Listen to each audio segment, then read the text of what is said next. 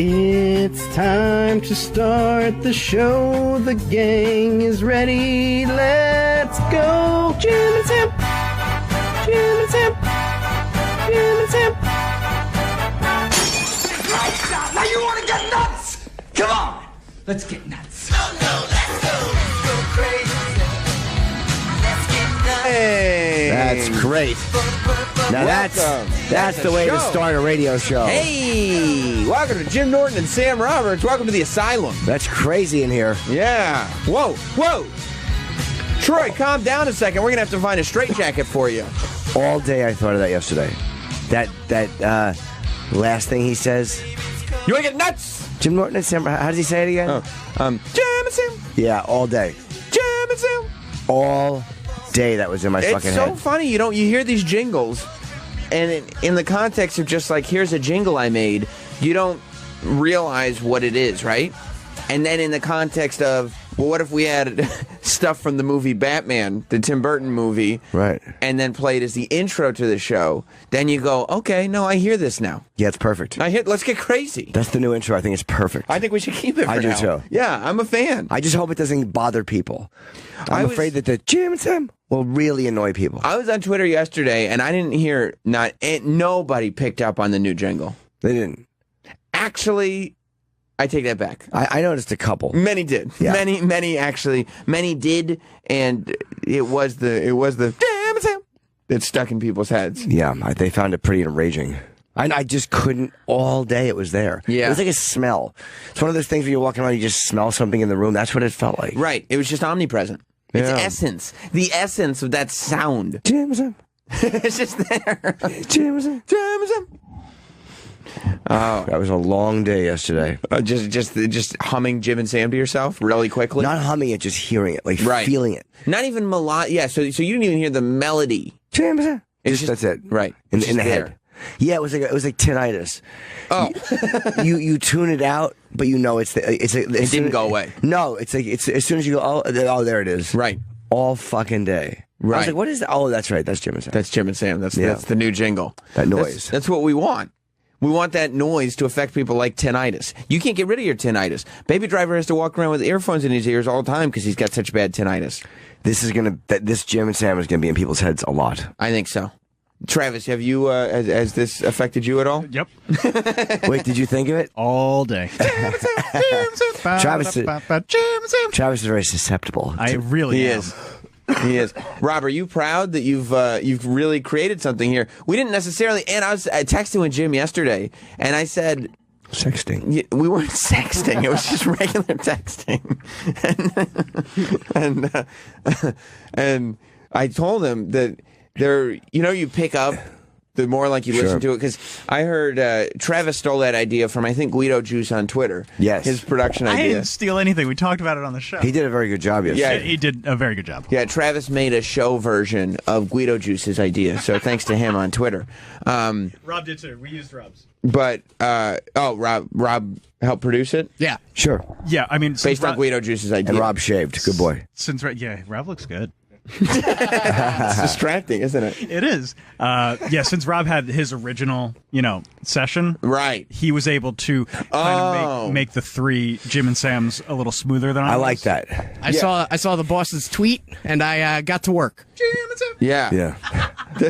I like that. I like the attitude this kid has. I love that we had to go into the original work parts to really because the last thing we want to do is upset the integrity of the piece, right? That's right. We have to go into the original master recordings. Sure. It's like a Brian Wilson remastering. Like digitally remastered. No. We need each little sound. We need that wall of tapes that he had, because I think the tambourine over here just needs to be brought up just a smidge. That's what that was. You didn't want to recreate it. You wanted to redo it. You wanted to clean the old tapes off. Yes. They would digitally remaster Zeppelin music and release it. Oh my God, digitally remaster. That's what this was. Each separate track. Yes. You did a good job with it. And I was telling Jim that, because you re-listen to it, because I was listening to the versions that people were making on Twitter and stuff, and you re-listen to it and it hits you differently. And now, you remember, it struck me when you first played it, I was making fun of your singing voice.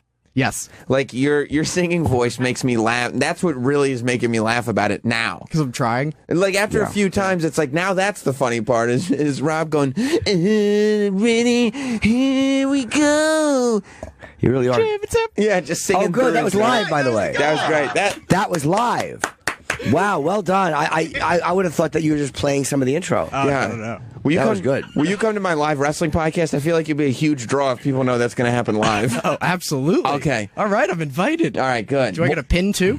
You can get a little. We should do that at our next live event. What? Have him perform it He live. should perform the intro live when we start. How Yeah. great would it be to have? I can make a dance too. We'll do a live event and have Rob come out in like a velvet tux with like ruffles and everything, just a black velvet tuxedo with a big 70s bow tie and ruffles Cummerbund. and a cummerbund. Yeah, One and of those long microphones. Yeah. Well, and it's yeah, but yeah, he's got the Price is Right microphone, and he's doing that Vegas lounge thing, like ready, here we go.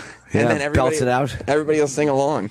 Let me see. Go down a little bit, Troy. What is this thing of Travis? This old thing of Travis on Twitter? He belts it out through that little nose of his, as long as it holds up. You can't do coke because we need that nose. You have to sing through it. Oh my God! I don't know. Some live That's event we from did. I That's think Travis our is dancing. comedy Yeah, when we had to do staff stand-up. yeah, but it's fun to watch you dancing. Yes, it's a nice little gif. Yeah, it is. Yeah, and it makes you think like, oh, that probably is what he does when he hears the Jim and Sam Oh, song. Yeah. that's the same guy whose idea I stole. Guido juice. Oh boy, that's exactly how Travis moves around the office too in this music playing. He Just does. kind of dances with his arms going in a semicircle. Yeah. Yeah. It's ready. Here we go. I'm glad that we have a new. Cause what's happening is now too here at Sirius, we got an email that we're featuring the channel in highlights at the end of the month, which is really good big news. It's gonna be like a coloring section or like a very easy crossword puzzle. Goofus and Gallant. It goes out to the 30 million subscribers. Don said he wants to get a few things from us by the end of the week. A one sentence to describe the show. 5 things you didn't know about the hosts, and he said keep it clean. Oh, Any questions, please let me know. Don Wickland. Now, we have to come up with 5 things that they didn't know, I guess about us, not each of us. no, but you mean as us as a? Should we do our 5 things as a couple? No, I mean as a show. What do they mean? I would do 5 individually. It's fine. I would think it was 5 per host, but it might be funnier if we do 5 things as a couple. I thought We it should was- do. We should do. I thought it was as a show. We should do 5 things you might not know about Jim and Sam, but it's things that you and I do together as a couple. Like we just don't understand. Like the things that we do when you and I are just alone in our free time. Yeah, Travis, what do you think? I took it as 5 things we didn't know about the hosts. Individually. No, total. I thought just so too. like 5 things, maybe 3 about Jim, 2 about Sam. Yeah, or whatever. Yeah. I want to do it as a couple. Each fact is about Jim and Sam together. How about like you know, Jim and Sam like to do this. Jim and Sam? Oh, Jim and Sam just got a new intro. No. It's got to be. It's got to be I like stuff. that. But I want stuff in our personal life. Like I want to pull the curtain back and let everybody know what happens in the Jim and Sam house. Jim and Sam and like soda. that's well Jim's known. car is green. Jim and Sam enjoy attending lemon parties. Yeah. That's it. That's one. Travis, will you please write that down? Writing it down, Jim and Sam. Because enjoy Travis- attending lemon party. The Travis dog is responsible for the one sentence to describe the show, what it covers, topics, themes. Do you have our sentence done yet? No, I mean we were. I thought you were going to do the sentence. Oh, you should I do mean, the sentence I because can. you watch the show like Like a lucky spectator. like Zeus on Mount Olympus from above. You said douche wrong. Oh, that's what I meant. Like a douche on Mount Olympus. Okay, so that's the first fact. Jim and Sam enjoy attending lemon parties. How about Jim and Sam co-raise a dog named Travis? Yeah. That's perfect. Can you please put that down? Hang on, I'm finding the original email. Yeah, Jim and Yeah. Sam co-raise a dog. Frank in the Bronx, you both like anal play. That's not That's clean. not clean. It's true. It's not clean. Trust me, it gets very There's dirty. lemon parties. No, lemon parties. What are you talking about? No, lemon parties not dirty. We get our friends together, we eat some lemons, and, you know. Jim and Sam enjoy attending lemon parties. Yeah, lemon parties are when you and your friends get together, you eat a bunch of lemons, and then you see who has the funniest sour face. Yeah. Ooh, I just ate something sour. Yeah, there you go. That's all that is. Jim and Sam co-raise a dog. named Travis. It should a rescue dog named Travis. Even better, a Because, rescue dog. You know, the Travis dog lost one of his parents. That's right. Co-raised an orphaned rescue dog. Yes, an orphaned rescue dog named Travis. Yep. An orphan. That's a fact that a lot of people might not know about the show. All right, that's 2. Jim and Sam love to irritate their listeners. Phil in Minnesota is saying yes. It's accurate. But I don't think that's one of the facts. I mean, we need secret facts about our personal lives. And it's got to be endearing about us. Like, it's got to be like Charming. lovable, charming stuff where people are like, oh, these guys are great guys. I want to listen to the show. Yeah, something fun. Yeah. Do you want to put anything in about the asylum? Yeah. Yeah. Did you see the new hashtag? What is it? Be committed. Oh, that's great. That's nuts. Oh, that's nuts. What if you know what we should do? The gang is ready. We should steal some of what John and Jeff's We're Two Guys. Oh, God, yeah. We should steal some of their stuff. What did John and Jeff say about themselves? We're two guys. We're two guys who think that if you don't want to do the time, you shouldn't do the crime. Okay, should we put that for ours? That was one of them. Is it? Should we steal that? How about Jim and Sam think if you don't want to do the time, you shouldn't do the crime? Yeah. Can you write Jim and Sam are two guys who think? Two guys who think if you if you don't want to do the time, you shouldn't have done the crime. want to do the crime. Right. If you don't want to do the time. If you don't want to do the time, you shouldn't do the crime. Right. Do the crime. Kevin and Philly, that's not helpful. What did Kevin and Philly think that we should add to our description? Again, this is going to go out. Somehow SiriusXM has 30 million email addresses. This is going out to all the subscribers, as in like, hey, we got a bunch of hot new shows on SiriusXM. Here's one you should check out, and here's 5 reasons why that'll endear you to the host. So that's what we're going for here. Now, all right, let's see, Kevin and Philly. What do you think this will help us? Jim and Sam, a morbidly obese man, runs the channel. That has nothing to do with us. That's all right. funny. Thanks, Kevin. I don't think our boss Eric will let us put that on the email. Yeah, it's not helpful. It's not helpful, Kevin. It's mean-spirited. No, but I like that. We have 3 so far. Yes. Maybe, what about, going back to the John and Jeff theme, would it fit if we write Jim and Sam just got back from a vacation in Thailand? That's not a bad idea, right? No, yeah, Jim and Sam just got back from a vacation in Thailand. Yeah, I like that. That's great. That's cool, right? Yeah. Because, we like to also travel together. Sure. We see the world. And the point of that is, all these are justifiable. The point is that the listeners don't know it, and it's something in our private lives. Well, should this be like evergreen, where like you just got back from vacation, but maybe Jim and Sam routinely vacation? How about once a year, Jim and Sam go on vacation? Yeah, once a year is good. For 2 weeks a year, Jim and Sam vacation to Thailand. Jim and Sam, like it's a regular. Right, and that way it works on 2 levels. Number one, if you haven't heard the show before, it's a worldly show. We bring some of that worldly experience too, and we do it for a while because we do this every year. Yeah, and then people will also know, hey, you got to give us our 2 weeks off a year because we like to go to Thailand together. Yeah, that's what we do. Jim and Sam spend 2 weeks together in Thailand each year. That's right. All right. How about Jim and Sam were the featured radio show at Pride? No, that's no good. No. It would be funny if Jim and Sam co-raise a baby named Edgar. Because we already did co-parent the dog. I'm just kidding. Oh. We could mention that secretly Jim and Sam run the channel, because it would really irritate other people on the channel if we wrote that and SiriusXM published it. You think they'd be annoyed? I think everybody would be annoyed, yeah. Jim and... Right? Let's see. Jim and Sam started docking shafts in the mid-2000s. It's not helpful. Chubbs7789 just tweeted that to @Jim and Sam show. That's not right. That doesn't help us because it's not that clean. These are also supposed to be facts that we didn't know. Right, yeah. Right. That's well known. Someone, by the way, we're getting a request while we think, and I think we should honor this. Chris in Chicago wants to listen to the intro again. Okay, let's check out the intro. Give him an intro. Yeah, one more time. I think it's that I look at my whole life. Right. And I I see the awful, terrible things in my life and turn it into something funny.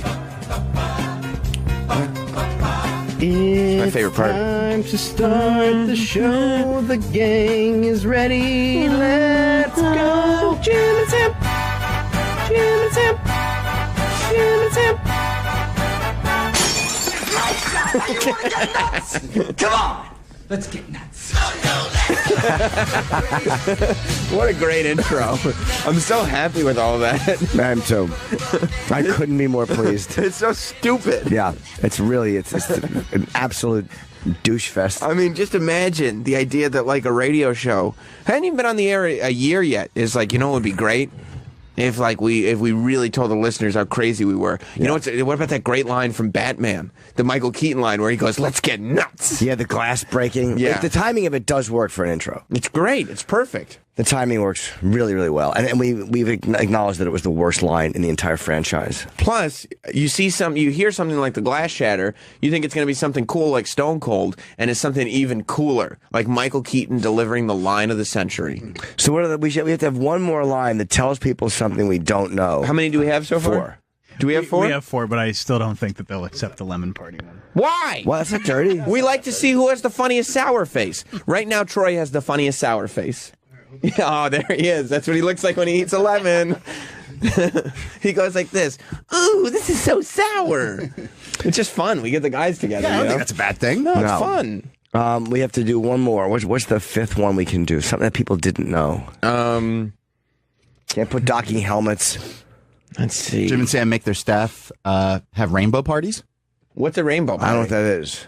Rainbow party is what they do in high school, Yeah. where each girl puts on different lipstick and sucks different cocks, and then you have rainbows on the cock. Right, because the girl, like, they would only suck so far as the last girl. Right. And so then they make a different color lip print. Yeah. I'd hate to go last on that one. If you were a girl, yeah. all the girls sucking dick with lipstick. This all end with green. Girl with the green lips. Yeah, sucking dick after every other girl's been sucking dick. Oh, I know. What? Jim and Sam use large font when texting on airplanes.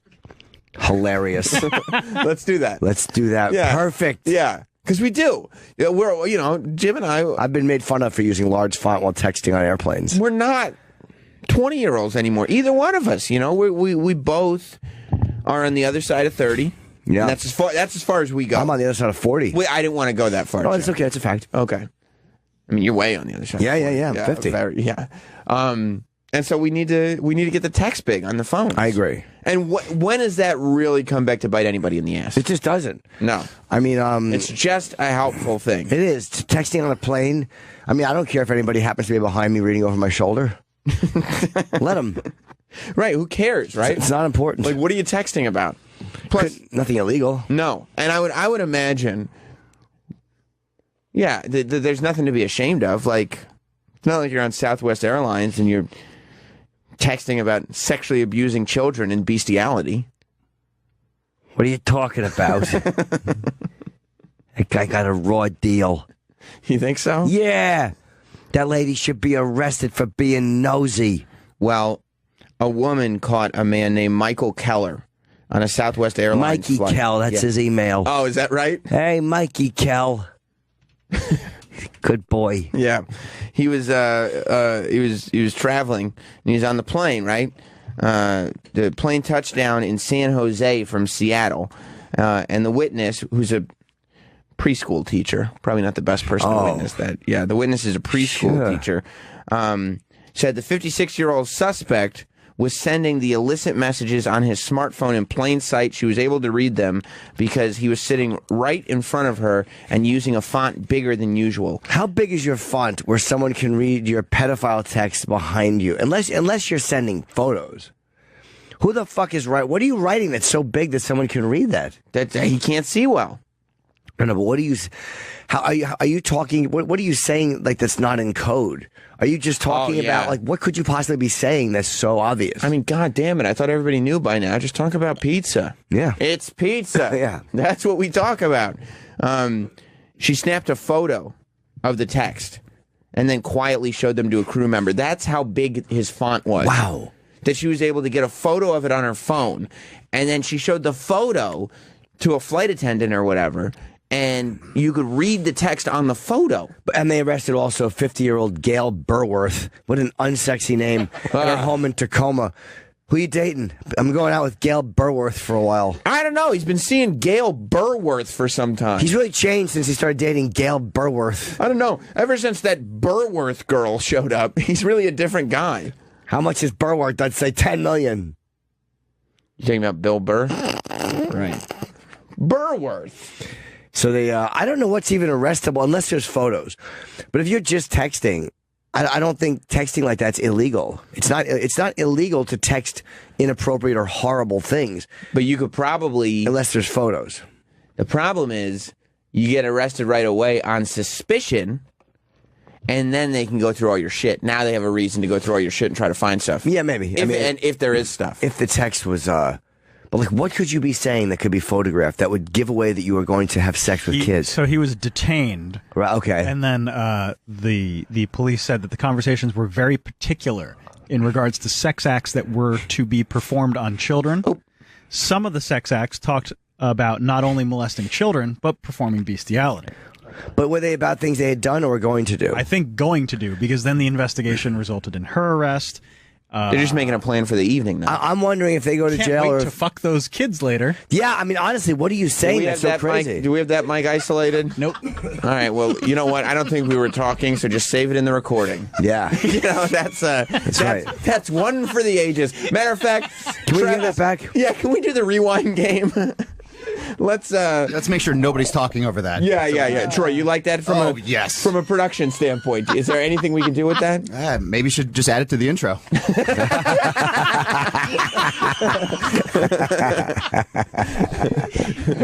All right. The Travis dog getting highlighted again. Yeah. I think maybe at the end of the show today, we should remind everybody that Travis dog has line of the day. Yeah, he does. Yeah. Although if he's the Travis dog, he should have said pups. Get it? Little kids. Yeah, little dogs. Yep. He's playing the rewind game just to... I got it. Okay. They're just making a plan for the evening now. I'm wondering if they go to Can't jail wait or... to fuck those kids later. Yeah, I mean, honestly, what do you think? Wow. That's pretty clean. I could do something with that. Yeah, I think so. I would love to know what these people were texting. Like, what are you saying that is so obvious that someone could look over your shoulder and know who you're talking about? Yeah, it says... are you writing, I can't wait to sleep with that 5-year-old tonight? Like, what are you writing? I don't think you're writing sleep with. But I'm saying, like, what could you be saying? Yeah, and the fact that there had to be ages in the text, right? Crazy. Also, it's not illegal just to fantasize about things. Like, they have to be careful with that, too. Like, if someone's just saying dumb, crazy shit, that's not against the law. Well, what happened to that cop? Didn't that cop go to jail for... He got out. He got out? He was released. Yeah, he never should have went to jail. Because if you're doing it, you should go to jail, of course. Because he was just... They found, journals that he had when he was writing about how he wanted to eat his fellow police officers. No, his wife. Oh, his wife. But he Gilbert, his name was Gilbert... Godfrey. No. Well, are you sure? Yes. Oh, okay. I'm going to eat her I can't do my voice. Is fucked up. I forget his name was Gilbert something. And but he didn't actually cook his wife and eat her. No, but he was planning out her route when she jogged, and he got fired actually for going to the police. Gilberto Vale. He had gone into the police computers to look up information on a woman that he was fantasizing about killing. Right. So he did do something that you're not allowed to do as a police officer, which is access those computers for personal use. So I think technically that's how they got him to fire him. But I think he went to jail because they said it was way beyond just fantasizing, because he had been planning, but he technically didn't do anything illegal. Yeah, you can't minority report people. No. It's creepy, and he's a creepy guy. Keep your eye on him. When this stuff happens, it's what I said before. It's now you have this evidence of this text. So all you can do is investigate based on the text, you know? What do you think about that girl? You know, I have mixed feelings about that girl going to jail. The girl who encouraged her boyfriend to commit suicide through text. First of all, I don't think that she should have went to jail, but she's such a cunt that I'm happy she's going. Yeah, when I first heard the story, I was like, you know, this idea that you can convince someone to kill themselves over text feels far-fetched to me. Although when you read it, she's such a hateable person. Yeah, then I'm happy to see her life ruined. Then it said there were thousands of texts, and she kept doing it, and she kept texting him, and at that point I go, okay, well, you know. maybe I don't have such a problem with it. But it starts to, I don't know what the legality of it is. I don't know that I'm comfortable with a legal precedent being set that you can text somebody into killing themselves. What did she say? Scroll down a little bit to what she actually said. Okay, disturbing text messages at the heart of the case. She was 17, he was 18. And Conrad Roy, she texted him to get back in the truck as it filled with carbon monoxide. She's like, you can't think about it. You just have to do it. You said you were going to do it. Like, I don't get why you aren't. Carter texted Roy that he killed himself in a Kmart parking lot. In other texts, she had taunted him. He was depressed and had attempted suicide before. But I bet you're going to be like, oh, it didn't work, so I didn't tape the tube right or something like that. I bet you're going to say an excuse like that. You seem to always have an excuse. Like, she's fucking with him mentally. She's too. a complete piece of shit. She's a cunt. Like, so I'm kind of glad, even though I don't think legally she should go to jail, fuck her. Yeah, when I looked at I'm happy to see her life wrecked. When I looked at the premise of it, I was like, well, how do you text somebody into killing themselves? That seems like a slippery slope. Absolutely. But then once you read these texts, you're like, she was a woman on a mission. She's a piece of shit. She's a piece of shit. But again, when you're texting somebody also, you don't know if they're actually doing what they say they're doing. To me, that's a big thing. Like, there's a lot of stuff you talk about, whether it's sex or whether it's things you want to do, whatever it is. Could be sex, could be drugs, could be rock and roll. Yeah, or all three in the same text. Yeah. But a lot of it is not stuff you're going to do. Text has a certain thing of, there's a certain fantasy element to it, and you honestly don't know what someone's doing when you're texting them. It's a buffer from reality. Of course it is. You don't know where someone is. Someone could be saying, hey, I'm going to go do this. You could be, oh yeah, go do it. Meanwhile, they're in their house. Right. Do you know how many things I've texted to women that I would do to them that I would never do to them? Sexually, I mean, like just fun sexual shit. Satisfy them? Yes. Be a man, keep an erection. Right. Make love to you for more than 3 minutes without apologizing. But just things like that, like you talk about things you're never going to do, and you know you're not going to do them. Yeah. And the person you're talking to knows you're not going to do them. That's what makes it safe. You're both in this weird place where you know it's not going to happen. When you look at the text that she was sending, do you think she was living in a fantasy world, or do you think she was she's a piece of shit. She's like one of these attention whore. Yeah. These people are kind of killable, where they want someone else to die or to have tragedy so they can get attention. So she wanted to have a tragedy, her boyfriend killing himself, so she would get the attention as the girlfriend whose boyfriend killed her. Like she's just worthless. And somebody on Twitter had a good point that if she was sending, like, if the texts sounded just like this, and it was convincing him to kill somebody, right? And he did it, she would be an accessory to that murder. Like, but I don't think she should be. I don't think she should be through text. I don't think through texting someone when you're not there. Or you call somebody and tell them to kill somebody. You know, I don't know. It's a weird thing, It's right? a weird line because, again, somebody is doing an action that you're not making them do. Somebody just sent a meme from the 80s. To enlarge the text on of the a call. kid giving a thumbs up. And it says, Sirius XMIT responds to Jim Norton's request to enlarge the text on the call screen. And it's a little kid typing on an 80s computer, just giving the weirdest thumbs up I ever seen in my life. And Mike says we're forgetting that she sent texts to her friends saying, uh-oh, I think I'm in trouble. So what? She thought she was in trouble. Again, I think she's a piece of garbage, but I just don't think you can convince someone to kill themselves through text message. He had attempted suicide before. It's, again, and she's hateable, but it's his own fucking fault. No one made me, maybe someone could have pushed me over the edge at one point. Right. And the fact that she would do this to somebody who was so upset shows you that she's probably a sociopath. And the fact that she is now going to suffer makes me happy. She's only getting 15 months, but that's a long time in jail when you've never gone to jail. She's got a Sam Roberts level forehead. She really does. She has a misshapen head. She's a big, dumb, misshapen face. And the fact that he killed himself for this fucking lumpy, fucking shitty girl shows you that he's a fucking idiot to begin with. Does she have an eyebrow pencil in jail? What's going on? Yeah, people keep making fun of her eyebrows for some reason. Well, she's got those, she's trying to pull off those Cara Delevingne eyebrows. With a Michaela Maroney face. What was that one face she made? The Obama face. Is that her name? Michaela Maroney? Michaela, yeah. Yeah. She's cute. I'll look at her now. Funny, she wasn't sad when her boyfriend was killing himself. She said now she's going to go to jail. Good. I think that the text... Yeah, you could talk about it on a legal level, or you could talk about it with just this person. Like, I'm glad misfortune is coming to this woman. Absolutely, emotionally, and there's a difference. It's like the death penalty. I don't think necessarily it works to deter people, but I do think it's satisfying to see a pedophile killed. Yeah, I'd like to see that guy dead. Yeah, or shot to death for molesting a kid. So this woman. But the fact that she texted, "Uh-oh, I think I'm in trouble," makes me believe, if I'm a jury and I hear that text, the first thing that pops into my mind is she didn't think this was real until it happened. That's why she said, uh-oh, I think I'm in trouble. Because she's like, like this texting thing is real. Or she thought that, oh no, now there's going to be a penalty to pay for what I got him to do. Whatever she thought. Yeah. He killed himself. Yeah, he did. She did not make him kill himself. But, you know, she's just I don't know how you do that to somebody. Like, I don't know what is mentally wrong with you that you could encourage someone to kill themselves like that. I don't get it. First of all, he's a kid, so he was older than her, though. He was 18, she was 17. Was he living at home? Because his parent, I mean, if you're depressed enough that you can get convinced into killing yourself by text, sure, your parents should probably keep an eye on you. And it's always from the home. You know what I mean? It's always what goes on at home more than a girlfriend. It's not her fault that he is fucked up. Right, he was depressed before. Yeah. And if he's in a Kmart, and maybe I'm wrong, I don't know that much about the story, but if he's in a Kmart parking lot trying to duct tape a fucking exhaust pipe to his window, isn't somebody being like, hey, what's that guy doing in the parking lot? It might have been a Sunday morning. I guess so. Like, and just nobody's there? Yeah, or in the back. Who knows? Maybe it wasn't a Super K. Maybe it wasn't open 24 hours. Yeah, maybe it was before anybody got there. Who the fuck does that? It's so much...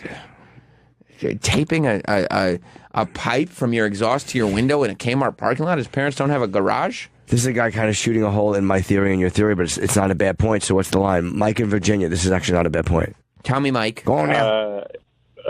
I was hoping for a go on now, and now my day has been made. I mean, there's some good stuff that you said, Jim, but okay. Well, you're losing out on the whole Manson family connection. That he didn't kill Sharon Tate or that's her, true. That is true. Or the child in her belly, but he certainly got people to do it. And so this chick is the Charles Manson of texting. I guess so. Yeah, I don't know what the difference. I don't have a good point to make for why his is different than hers, but I do think it is. And I can't think of an eloquent point to make about it. But I do think that Charles Manson, being the leader of a cult, which again all you're doing is convincing people. I think being the leader of a cult is a different energy than some girl texting you. But you could argue that this girl was the leader of the cult of one, that she had mental control over this depressed guy.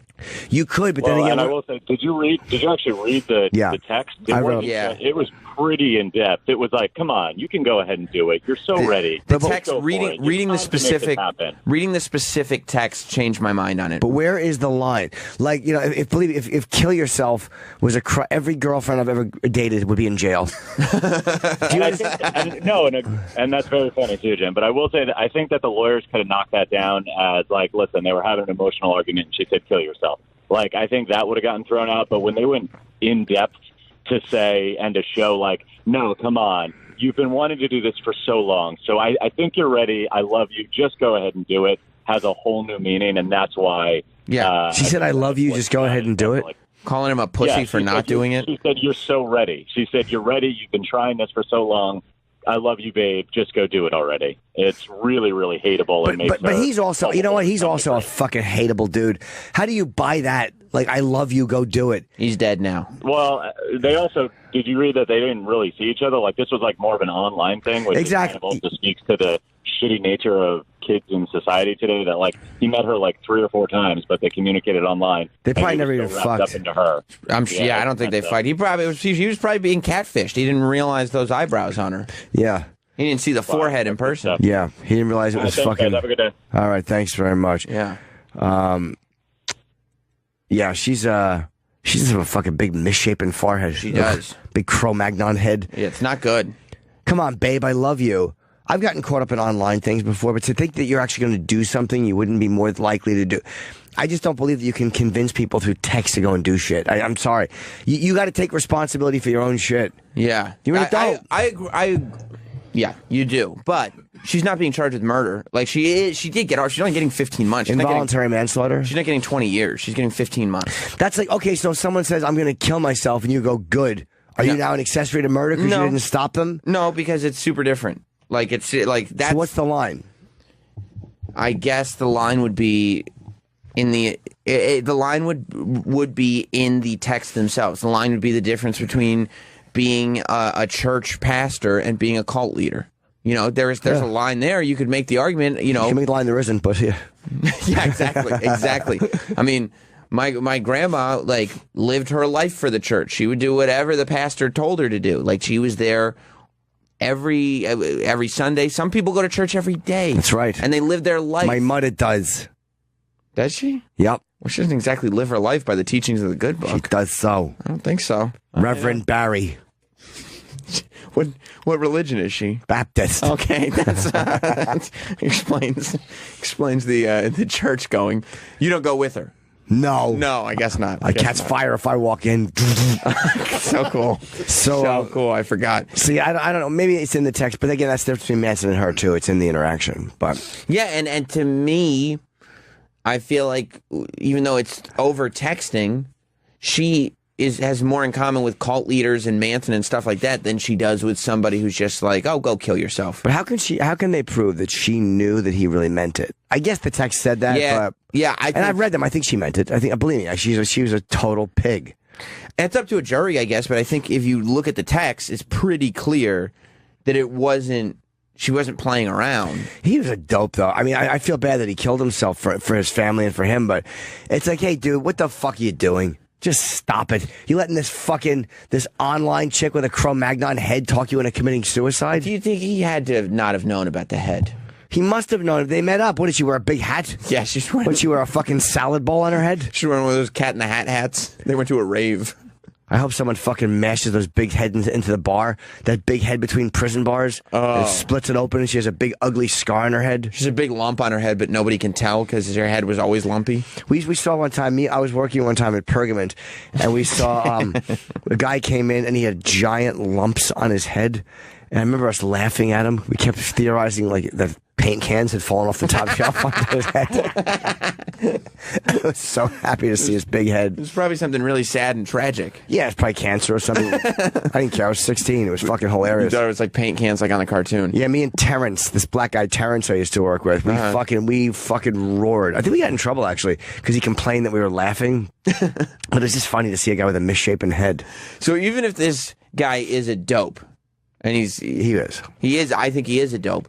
But doesn't that make her even more culpable? Because she probably knew he was a dope and was mentally ill, and was mentally ill enough that he was in a long distance relationship with a head like that, and took advantage of that. Okay, here's a bad argument, but let's just say that she had been encouraging him positively. Be the devil's advocate on this one. I can't do my voice is like that. Let's just say that she was encouraging him to go to law school. And he was going to kill himself. And she was like, fucking, or she kept saying, go play the lottery. Play the lottery. Don't kill yourself. Just play lottery. He's like, no, I'm killing myself. I have a gun in my mouth. And she's like, babe, take the gun out of your mouth. I love you. Go and play the lottery. And then he goes and plays the lottery and he wins. Did she give him the numbers? No, but she encouraged him to play. She didn't give him the duct tape either. She didn't give him the duct tape either. But she told him how to do it. Even if she did give him the numbers, it wouldn't matter. But let's just say she told him to go do something, meaning she would never get credit for anything good that he did. She would never be found culpable or responsible for anything positive he did. So why the fuck all of a sudden is she now responsible for something negative he does? I bet if she gave him the numbers and told him to play, you don't think that... Nope. I don't believe so. I think if you're the one who plays it and has the ticket, because there's nothing stopping her from playing and having the ticket. That would be a legal case. But you always hear that in office pools when they all put their money in, and then the one ticket wins, and the guy who goes to pick up the money is just like, fuck you guys. That's true. A lot of times that doesn't work. Yeah. Because they prove it was a pool. But or sometimes it does if you just got chipped. I love those shirts, by the way. Yeah, we should talk about that later. Yeah, those ugly blue shirts. But I do think that I don't know. She wouldn't have gotten credit if he did something right. They were married. That's a different. If you're married, you just get half of it anyway. But I'm saying in this case, if she was texting to go and do this, right, she wouldn't have gotten anything, or she wouldn't have gotten anything out of it. She wouldn't have gotten to be a lawyer if he'd gone to law school, right? Yeah, I don't know. Yeah. But regardless, if you are pushing somebody that hard to kill themselves and then they kill themselves, there needs to be some legal... I don't know. I got texted by a friend of mine who's a cop, and she said there is a human and legal... We're not talking about the human, the legal responsibility to call for help. I don't know if there is. If someone's going to do something, are you legally responsible? I don't know if you are. Yeah, I think you are, because if it's a murder... and you don't do anything... But if they're going to harm themselves, accessory. I guess that's technically a crime. Technically, suicide's illegal. Right, so I guess you're an accessory to a crime. And that's probably the only reason suicide is illegal. But wait a minute, are you an accessory if you know about something and don't say it? Yes. I don't know that. Yes, you are. I think so. Yeah, I don't know legally if you are. I haven't been a lawyer since I was in like 10th grade. Youth court. I did win best lawyer in my class too. You did? Yeah. Back when I wanted to go to, I'll still remember the case I lost. I fucked up, and I've thought for 30 years how I should have won that. What was the case? It was we were doing in Mr. Anderson's social studies class. Ah, Mr. Anderson. We were playing lawyers, and we had cases. And Joe Farino, who was a good buddy of mine, was my client. And no, he was the lawyer I was fighting with, and I nailed him on one because he was talking about how his client goes to work every day, 5 hours, and so of course as the lawyer I just picked out. So you mean to tell me that you drive 10 hours each day? And I just broke it down and destroyed him. But there was the one case I lost where my client got busted with drugs in his locker or candy or whatever. Was this fake? Of course. Okay. And we admitted guilty to the possession.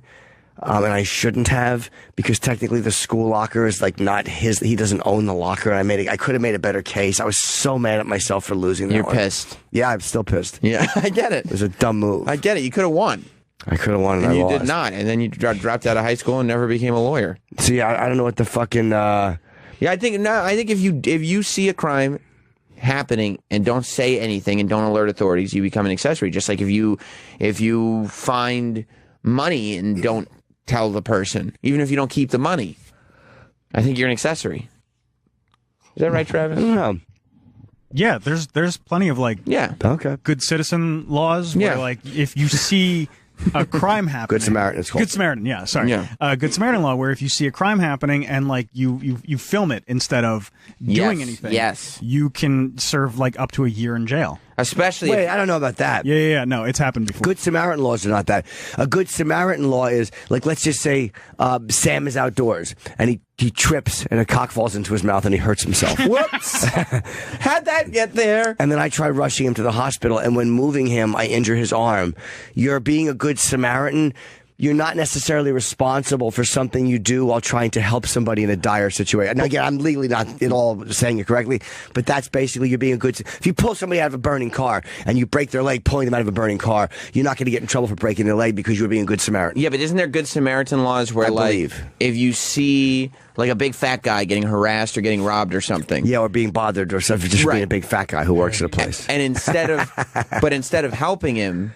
You're videoing him. No. And you're just making fun of him. And you can hear you making fun of him on the video. You don't help. And the guy sees you doing it and not helping. Right.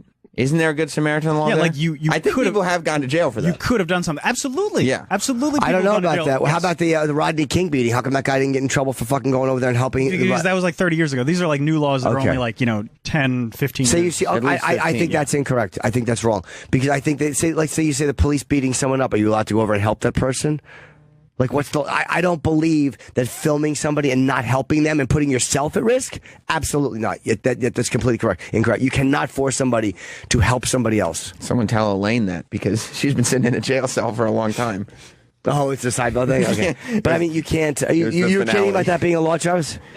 Yeah, this is the finale. It's the last episode of Seinfeld. They all went to jail for a year. Yeah. Oh, you got That's how me the good. show ended. However, that's very funny. In all seriousness, wasn't like a week or two ago, wasn't there somebody drowning and a bunch of teens were filming him and making fun of him, and now they're being brought up on charges because this guy died. Yeah. And they didn't do anything. What could they fucking do? What are they supposed to do? Jump in the water and then possibly drown themselves? Well, one of them was David Hasselhoff, so he really should have done something. He should at least run in slow motion. I'm not saying these people aren't garbage. Yeah, right there. Yeah, they're pieces of shit. I don't know if you're allowed to... If you see a crime and you not being charged, and you don't at least report it, I think that you're an accessory to the crime. I don't know about that. I think an accessory means... If you know it's going to happen, you're an accessory to the crime. You helped plan it. An accessory means you helped facilitate it, not you knew about it.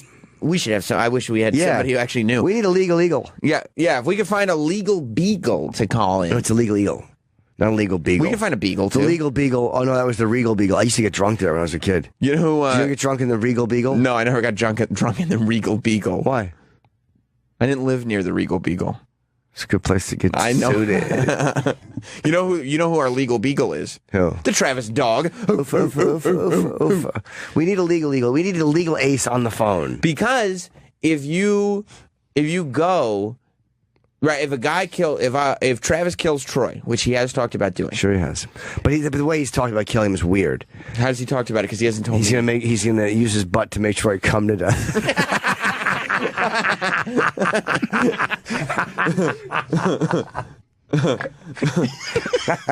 How would you do that? But if Travis came to me and he goes, Sam, I did it on purpose, but I killed Troy by making him come to death. And I was like, oh, shit, for real? He was like, yep. I go, I got to go tell the cops. He was like, do not. And I went, okay, then I would be an accessory. I don't know about that. No, you're not. How many people don't report crimes because they're afraid of retaliation from the mob or drug dealers? They're not in trouble. They don't have to testify. They change their story last minute. They're not in trouble. Well, there's a difference between testifying and knowing and then not telling. If you know and don't tell, then there is. Doesn't that fall under like obstruction of justice? Yeah, that's justice. No, that's obstruction of justice. No, it does not. Or they would be able to force people to testify against mob people. You can't. If you hear something happen in the neighborhood. But the only reason people lie when they don't testify against mob people. They're like, oh no, I didn't see anything. Yeah, I didn't see anything. Right. But if they said no, I saw something, but I'm not going to testify, they're like, well, you have to tell us what you saw. Yeah, maybe. Okay. But yeah, so if you lie about it, if you lie about it, maybe that's the way to do it. Yeah, I just don't think they can make you. Maybe under oath they can make you tell them what you know. But you have to report to the cops. You're supposed to. Is there a lawyer or something that knows the difference? Because I don't know. I'm a lawyer. Isn't that pleading the fifth? Well, you can plead that's the fifth that's only self-incrimination. Yeah, and that's on the stand. I'm not talking about in a case. I'm talking about before the case. I'm talking about if nobody knows. If Travis killed you by making all the cum come out of your body, right, and you were dehydrated to death. Yeah, and he just kept clenching his butt cheeks. Like if Travis was kind of standing and twerking on your dick. Yeah. But your dick was inside and he was just twerking. And Travis told me the tale let you go. of his deadly butt cheeks. Yeah. His killer butt cheeks. Yeah, and they're clapping like that. Yeah, Travis can make his ass clap. Yeah, but meanwhile, he's holding it inside.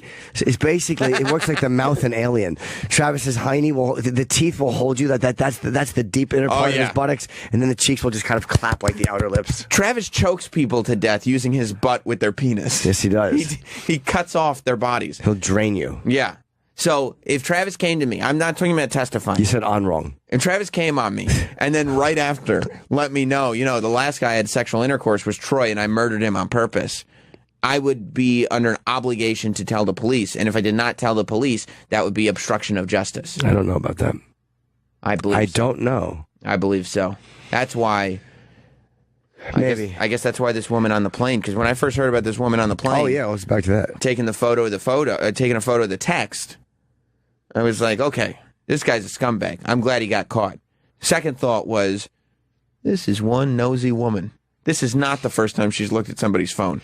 This is one of those women who, if she sits next to you on the plane, she's looking at every text you send. I'm reading right now as we talk because a cop just texted me, and she's telling me that the woman was found guilty of involuntary manslaughter. Right. She goes, meaning the cause of death was not technically her fault, but she knew he was trying to harm himself, and she was negligent in calling for help and went so far as to say, get back in the car. She said, I'm telling you what it is. You become complicit, but you can compel people to call for help. That's like the, isn't there Kitty Genevieve's law? Huh? Kitty. Meow. Yeah, I know that whole case was. Yeah, there is, I believe, but that whole case was. I don't know if it's a law.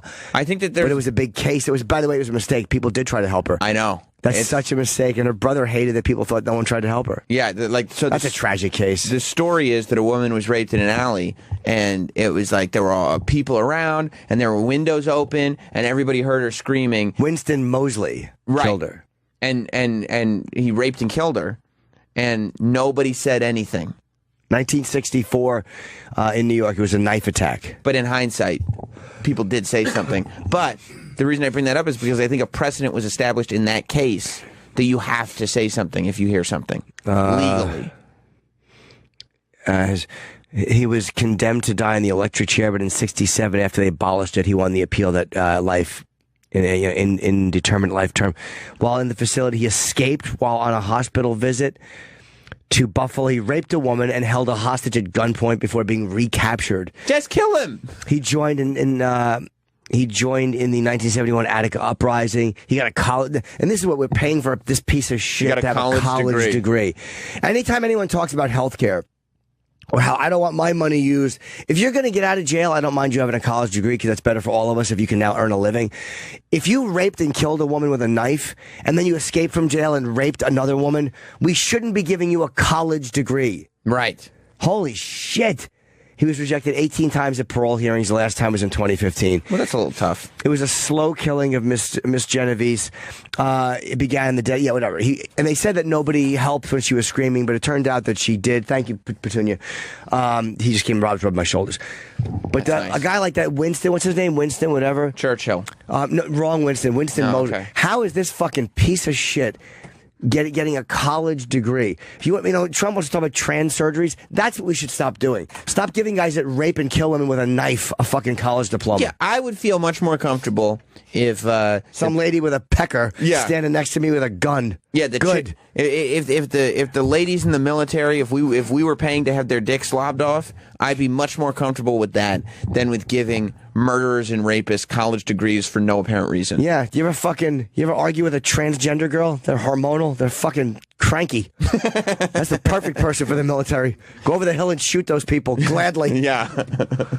So yeah, I don't know. I thought I could be wrong, but I thought there was a law established with that. But I do. You might be. Who knows? I do believe that whether it was Kitty Genovese or not, I like her. You got to rat people out. You're supposed to anyway, and that's. But I think that this woman is a serial text reader. I think you're right. Looks over people's shoulders all the time. Do you think this was the one time she saw something? Yeah, and now. Yeah, this is the one time. She's looked at hundreds and hundreds of people's texts, and now she thinks that it's her duty. Now she feels obligated. Like, I mean, if you work with this woman, do not text anything near her that you don't want everybody finding out about, because it's going to be a nightmare. But I just don't know what you're saying in text. Like, what kind of a fucking creep is this guy that you're on a plane writing that shit? Look, the guy wanted to have intercourse with a 5-year-old and a chicken. He's going to text about it. I was careful with my pronouns when I talked about that one, because I'm not going to pull a Teft. What? Remember when Teft said he wanted to bed children? Kids, yeah. He said fuck a bunch of kids, yeah. He did, right? Yep. It's so weird. He said that so many times privately, though. It's just nice to hear him being out about it. Yeah, it is more comfortable. Speaking of people who need to be out about it, were you saying that there's a Bobby Valentino update? I don't know. They said that a second woman came out. Oh, no. Bobby Valentino is the singer that we were watching the video. And I didn't know who he was before. Did you? Yeah, well, he's had he was, for a second, it was like he had something going for him a few years back, but he hasn't done anything relevant in a long time. And he got caught running out of a trans girl's house. Apparently, he said that she was trying to blackmail him, and he's saying that she didn't pay. Or she's saying he didn't pay, and she's filming him. Bobby Valentino, where you going, Bobby Valentino? You forgot your key. It is kind of, it's funny. I hate seeing people outed, but it is funny when she's like, you forgot your shoes and your keys. Got your shoes, Bobby Valentino. And then another girl came out. Look, I'm guessing that's just what he's into. And if that it is, good for you. But take control of the story, Bobby V. Take control of the story and just be like, hey, this is what I'm into. I have not seen this. There's an update. I have not seen. He's talking about all the memes of him. People are mocking him and running him down the hall. Does he sing it? I'm guessing he's handling this very poorly. What did he say? The memes is funny as hell. Oh. Y'all took as much time making memes as you did with doing something constructive. Oh, shut up. He meant to say, by the way, if you guys took as much time being constructive as you do making memes. No, of course and he said it actually wrong. He said it backwards. Yeah. But that is constructive, making those fantastic memes. But is he? I want to see what he says. Does he say anything funny about it, or like, yeah, you guys are funny? I'd love to show you, but the computer's frozen. Oh, God, that fucking escape. Damn it! Yeah. You're obligated to tell somebody, Troy. That's a law. That is a law. The memes is funny as hell. Oh. Y'all took as much time making memes as you did with doing something constructive. That's wrong. Stop putting it in full screen. Stop pausing. Yeah, he's dyslexic. Why are you pausing it? I'm not. Don't pause it anymore, dude. Making memes as you did with doing something constructive. I understand you like that part, Troy. Stop pausing it. Stop opening it in the wrong Explorer. He'll say though. Is he in the wrong? Is that Internet Explorer? No, it's Chrome. Yeah, Chrome doesn't work for black and white memes and black and white videos. Maybe you got. I'll go to Explorer. Go on now, or open it somewhere else. It's all over the place. Yeah.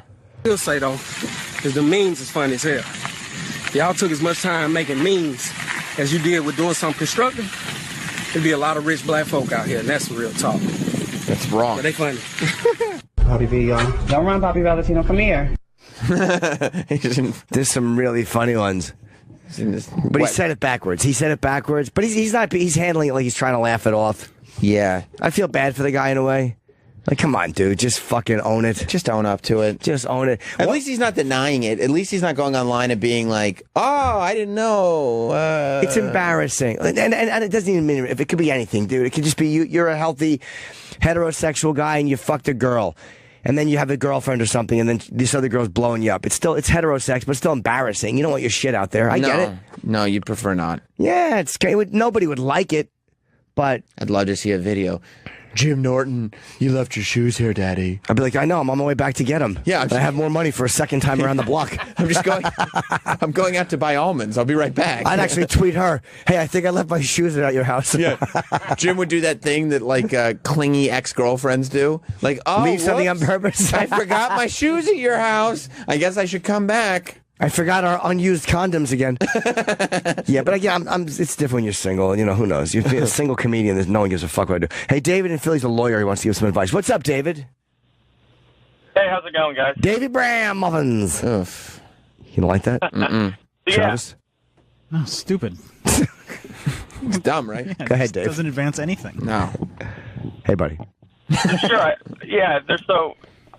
There's a difference between the Good Samaritan laws, which are civil laws, and there's some states that do have criminal statutes that do obligate, someone walking down the side of a street to help out in case of a crime. So in the case of the girl, or in the case of the drowning folks, generally there is no duty for an individual to help them. They're constipated. No duty. That's always good, though, when you pull your hog out of an ass. Sure. There's obviously the moral obligation and the legal obligations are somewhat different, but generally there's no legal obligation to help anybody in a burning car or and drowning in a lake. I think you're right. Or if there's a crime being committed, is there a legal obligation to report it? So that depends on the state. There's a number of states that have enacted laws, criminal statutes that do obligate you to report a crime you've seen or someone in peril. But generally speaking, the majority of states do not have laws on the books that obligate you to report a crime or to help someone who you see is in obvious distress. So, you think, but morally, you fucking certainly should. Exactly. There's a difference between the moral and the legal obligations, and whether or not that's a good thing or not, I think it's a different argument. Let me ask you this. Thank you very much. Let me ask you this, Dave, before you go. Go on now. Legally, if you were a star of a show as big as the Dukes of Hazzard, and now you're stuck doing theater in Massachusetts, is it okay to grab a woman by the ass and do a little coke every now and then? Because I feel like it should be. I don't know about that, guys. I'll leave that up to you. All right, thank you. And we just mentioned him. Out a little bit. Bye-bye. We just mentioned him yesterday. Tom Wopat.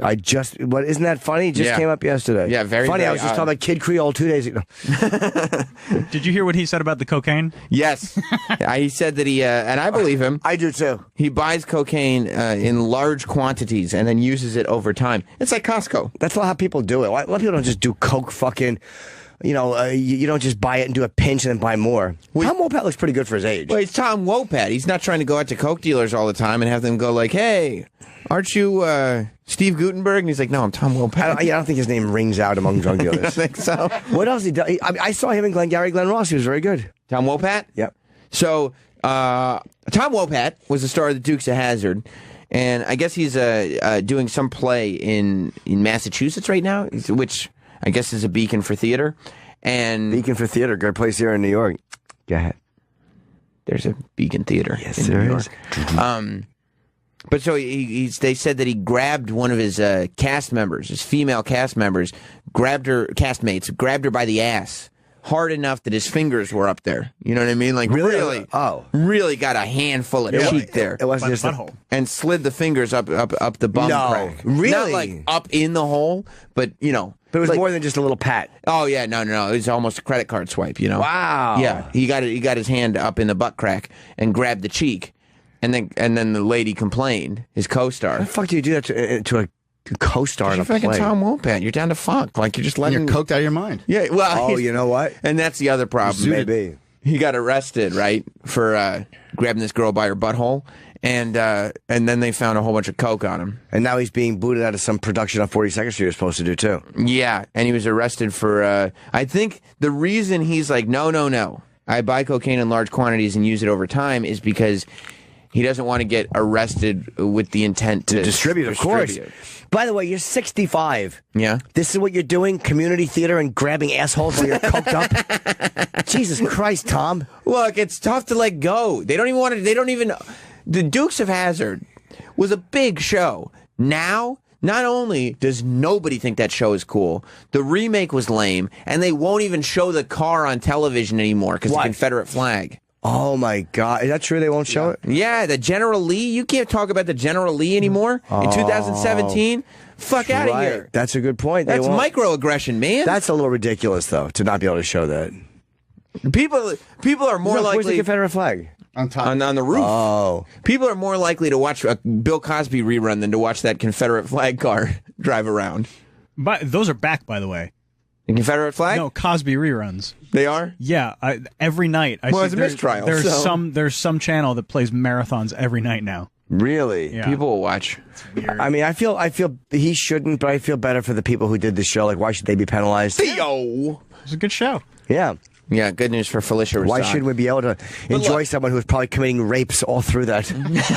You're literally watching a guy who is committing rapes all through that fucking thing. When the cameras would turn off, he would probably commit rapes. Yeah. Yeah, you're just watching break time from rapes. Right. Yeah, that's exactly. That's all Cosby was. That was what he would do in between his rapes, maybe. Yeah. Just do the Cosby Show. Yeah, go out there and do a little acting. And he'd get girls to come in and read lines to them, then give them a good raping. Right. He was possibly getting scripts and being like, oh, I can't do this episode this week because I have to rape. Or he'd get a good script. He'd go, here's a part I can have an actress read, and this is something I could use to segue into rape. Yeah.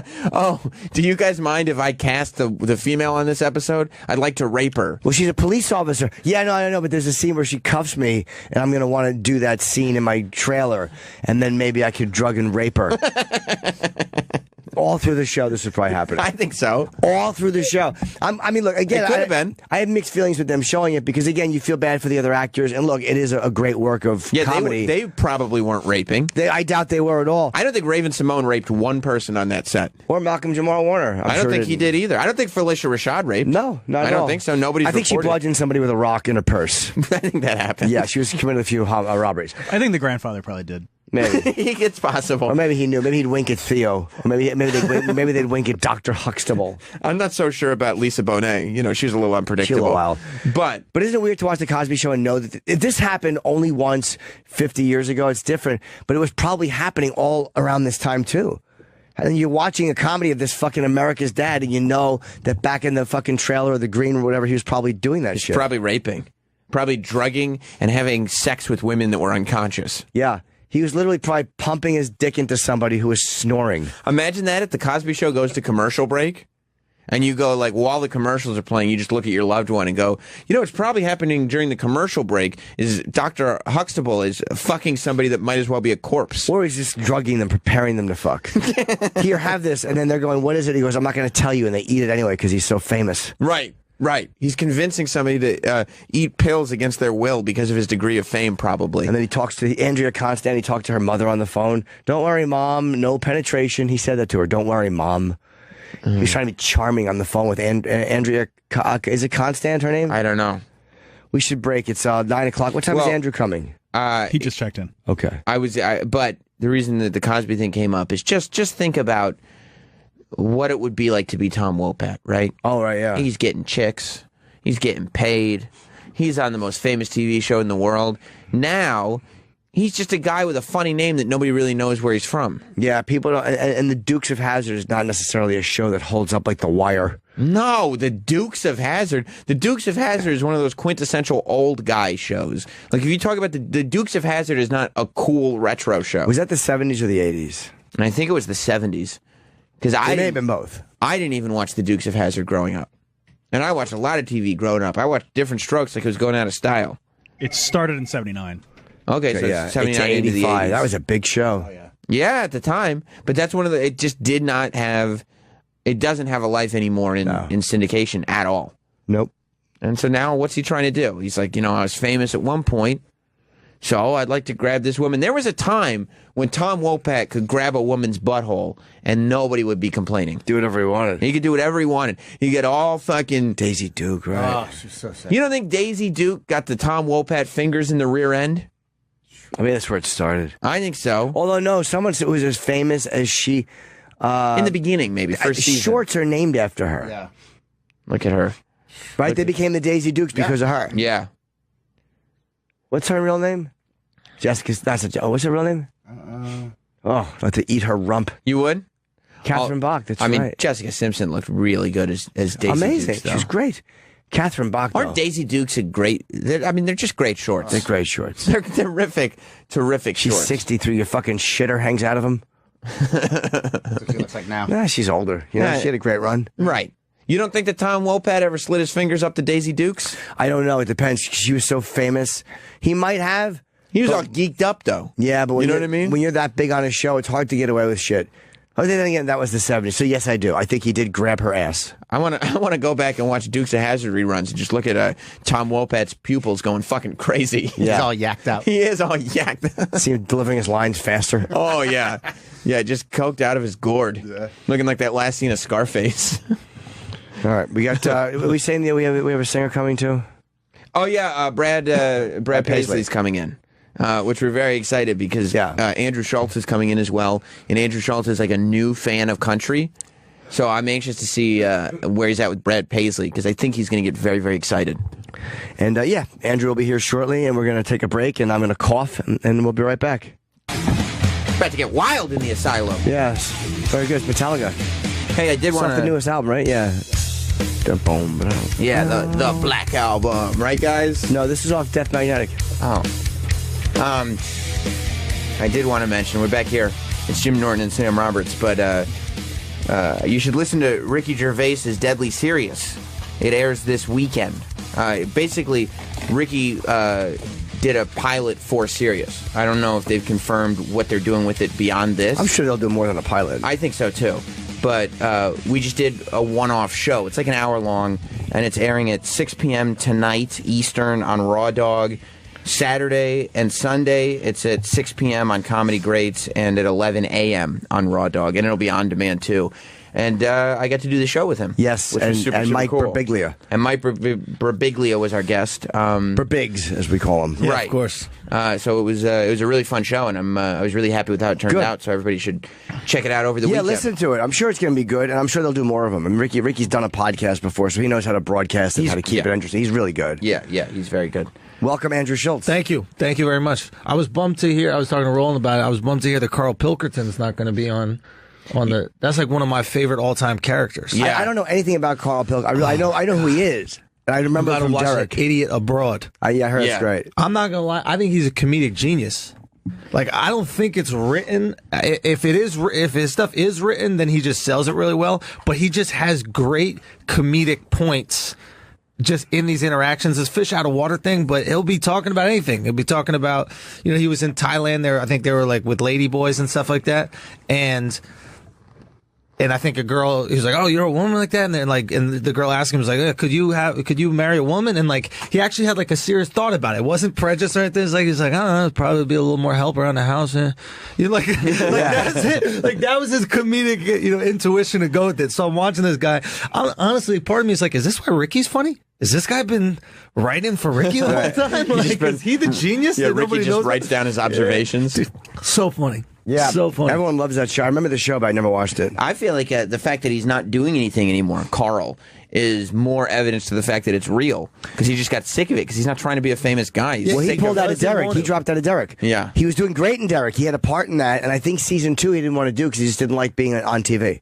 Who is this guy? Carl. Right? Dude, this Carl guy is Makes no sense. We got to get him on. You got to get that episode, and then you got to get Andy Kindler and Ricky Gervais. Have you seen that? I know Twitter beef? about that. It's so funny. I saw Andy in the airport. I was coming from Montreal. Yeah. And I just hear someone going, "Jim Norton."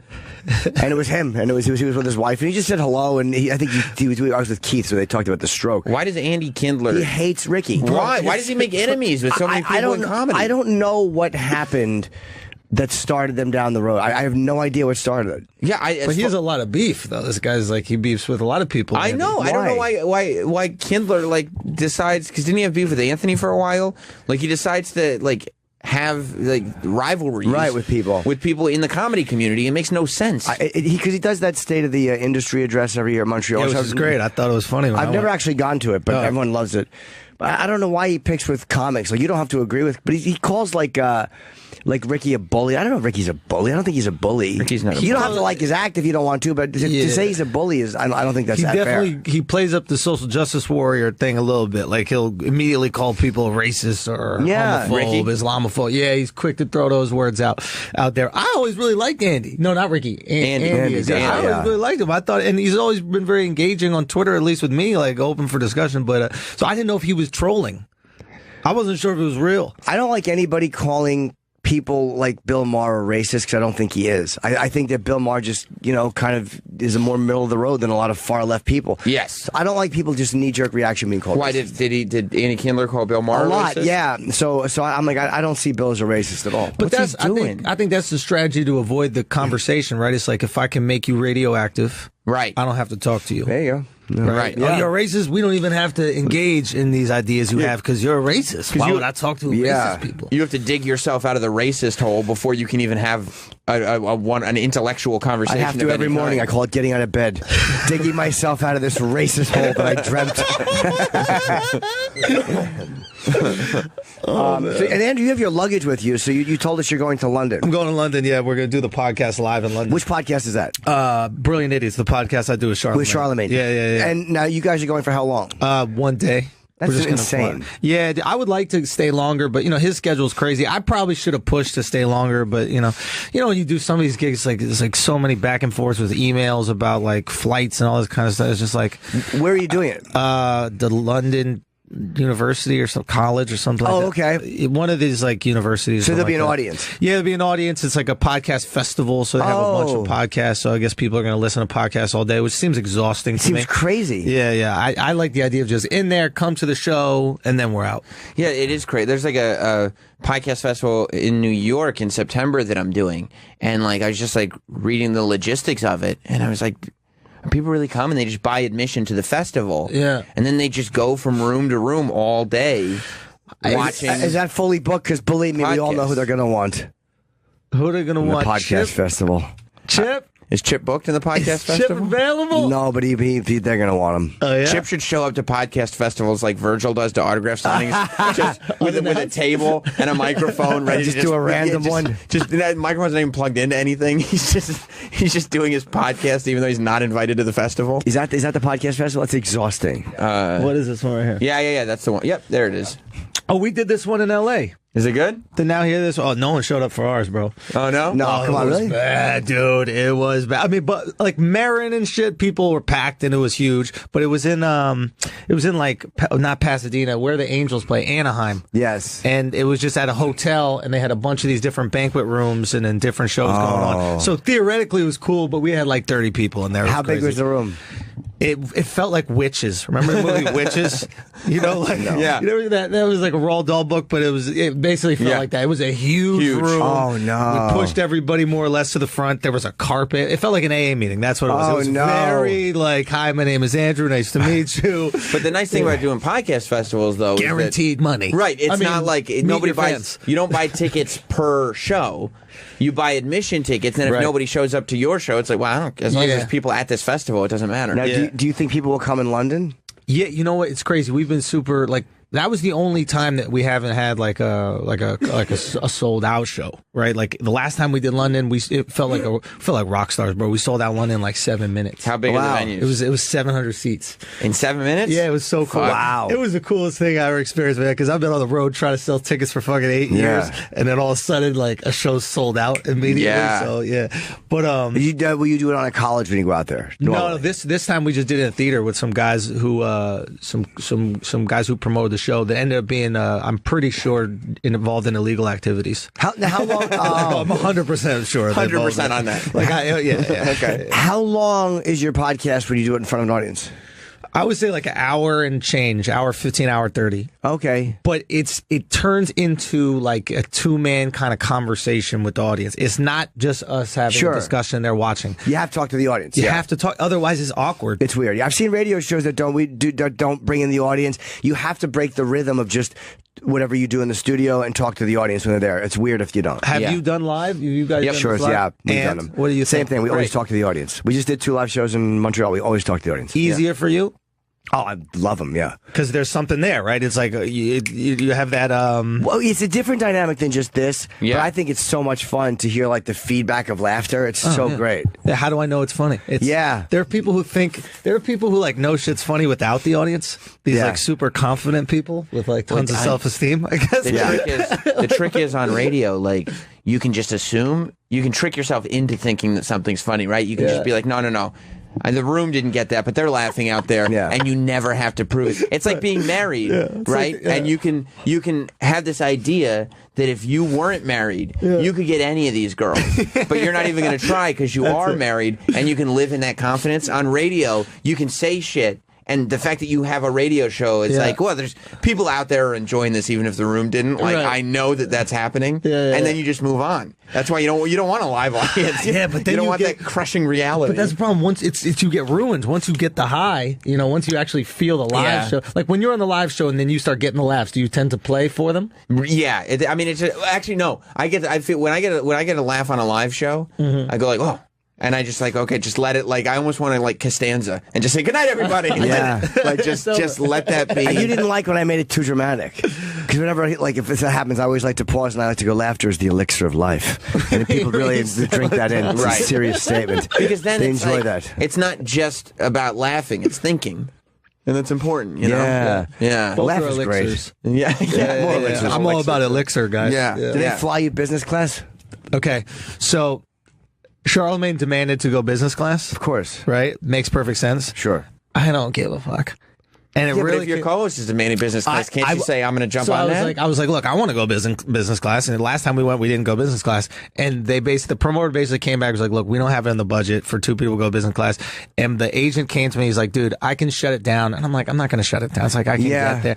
I don't really have a big ego about these things, man. You better not. Your co-host is in business class and you're in steerage? Wow. Listen, at the end of the day, that's like Leonardo DiCaprio and Billy Zane taking the Titanic to do a podcast Am I the together. Jonah Hill?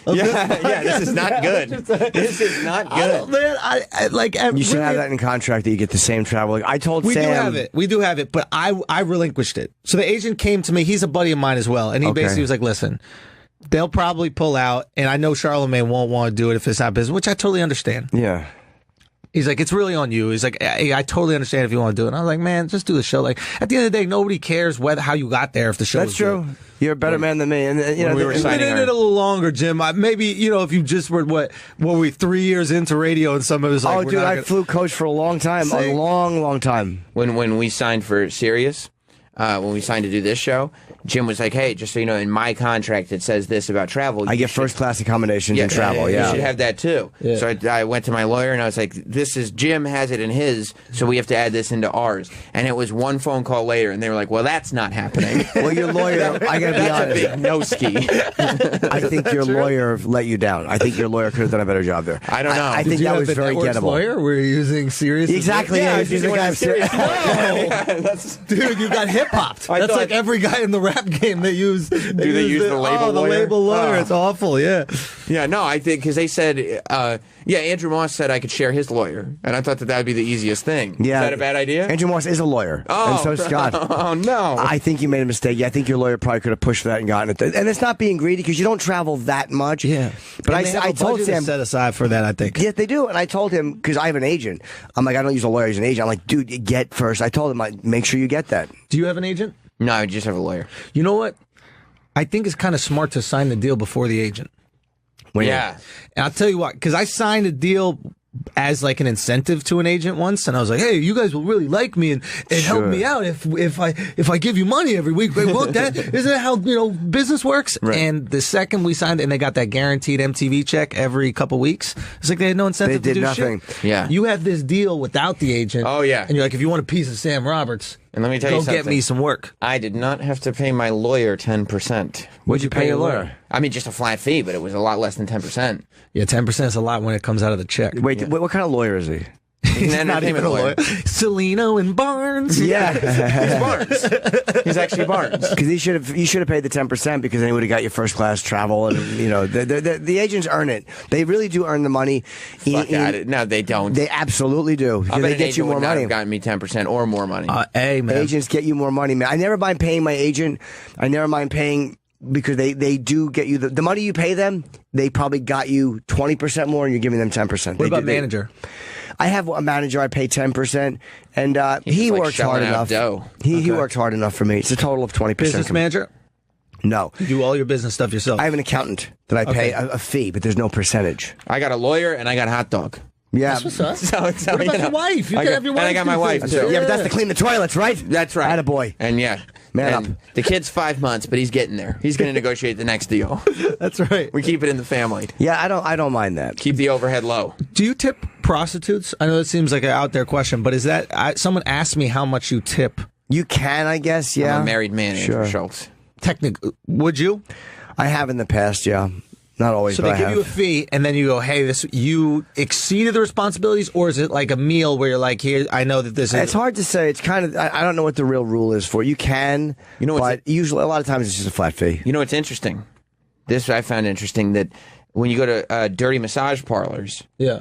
you pay in advance and you tip in advance. No, bro, come on. And the tip BBQs, Dallas BBQs, because the service that you get at this massage parlor that's could be potentially full release, right, is based on how much you tipped in advance. So if you tip really you good, paid in they- advance. Then you get it better. My friend, it happened to my friend. And if who's you, in this room. If you, no, Troy. I didn't say Troy. I didn't want to blow up your spot. I didn't want to blow up You your pay spot. in advance for it, of course. Sometimes, yeah. I didn't say Troy. I didn't want to blow up anybody's spot. But you knew it wasn't you, and I haven't gone to a massage parlor in years. I want to do the. Could have been Schultz that I was just telling him about himself. Yeah. I want to do that. I think I want to try that. Are you not into that? I was for a long time. I really don't partake much anymore, Yeah. if at all. Like, I think I grew out of it. I've done so much that like after a while you're like, all right, what am I gonna? Yeah, you're desensitized to sex, huh? Not necessarily sex, but just to that angle of it. Like I was in Amsterdam, I didn't go into any brothels. I was in Antwerp, Belgium, doing a gig, and I went into me and my buddies went down there, and I walked into like one of those red light windows with the girls for 5 minutes just to do the walkthrough. I didn't have sex with her. I literally went in, I talked to her for a few minutes. I'm like, oh, this is kind of cool, and she kept grabbing for my zipper, and she wanted to suck, and I'm like, no. I was like, It's like Central Park for you. It's just a stroll. I just wanted to see it. I just wanted to see the vibe of walking up to someone and walking through that window. That was it. And I did it, and it was weird, and there was loud music upstairs. Just and window. You're just there to window That's exciting shop. for you, not fucking hookers. It's just the idea of full circle. I'm like, she's been working all day. I can't get into this. You're the guy that gets there right at the beginning of her shift. Yeah, that was him. You gotta do. And that was also Paul, our other guy, who actually sat in the park for an hour because he wanted to get the girl when she started her shift. Dude, this Like kid, where the burgers are fresh Yeah. on the heat rack. That's what you mean. Yeah. Yes, exactly. this kid who works for us went to the massage parlor. He had an appointment for 10 a.m. Because he knew that's when the shift started. So the hands are nice and strong. Right. So he got there at 9 a.m. Right. And he wasn't going to go in early because that's the last hour of the previous shift. So he sat in a park for an hour. Just waited. And then waited until 10 a.m. so he could get the See, new, I'd want 10:30. the new fresh meat. I want 10:30 because I want the hands a little warm. You do. Yeah, but you know why? You don't want that one finger a lot warmer because it was internally Also true. getting warmed up. Just a little crust comes out from under the fingernail. Like, Yeah, you don't want that. Oh, put some gloves on. I guess you can't put the I've never Gloves done- on. You get a Yankee cranky with gloves No, on? I'm not. But maybe I have. put finger in the butt with gloves. Yeah. Why with What? gloves? One girl years ago who I used to say used to put gloves on and jerk me off like kitchen gloves. You don't put... that's a different deal altogether. It's true. That's Many years ago. That Like, sounds... like that might- fucking Quail Man. What is that Doug Friendly's character Yeah. with the kitchen gloves? She would jerk me off. That's many years ago. like Homer Simpson's nuclear power plant gloves. Wait, like lubed up? Yeah, just like regular. Was it fetishy? No, she's just a germ freak. Seriously? Yep. I met her on fucking Al Goldstein's magazine. You don't even wear gloves on your penis. No. Well, you I- raw these? You I raw? don't usually fuck. You don't usually fuck? No. Never? No, Have very you ever rarely. inserted in a trans woman's vagina fake? Yes, I didn't know what it was, though. Reconstructed. I didn't know until after. I felt like there was something, I could tell that she was post-op, and I had sex and it just didn't feel right. Right. And then afterwards it kind of hit me like, I think that's what that was. Like, it just didn't. Because you thought it was butt. No, I knew it was a pussy, but I just didn't feel, it felt hollow. It didn't, and again, this is years ago. Because it wasn't the parts that you wanted. Yeah. No, I knew it was a vagina. It felt empty. God. Why wasn't it poking me back? Yeah, it just didn't feel like a pussy, so I could kind of like I didn't know squeeze. It didn't. Pardon me. It didn't squeeze. It didn't feel wet. I don't remember. I just kind of knew. Oh yeah, I think that's what that was. Okay. I want to ask you guys about this because obviously there's everything with the trans ban, all this kind of stuff. I think that Charlemagne is transphobic now. Oh my God! Right? Which is no, he's not at all. The guest came on his show and said, "Oh, the comedian, yeah.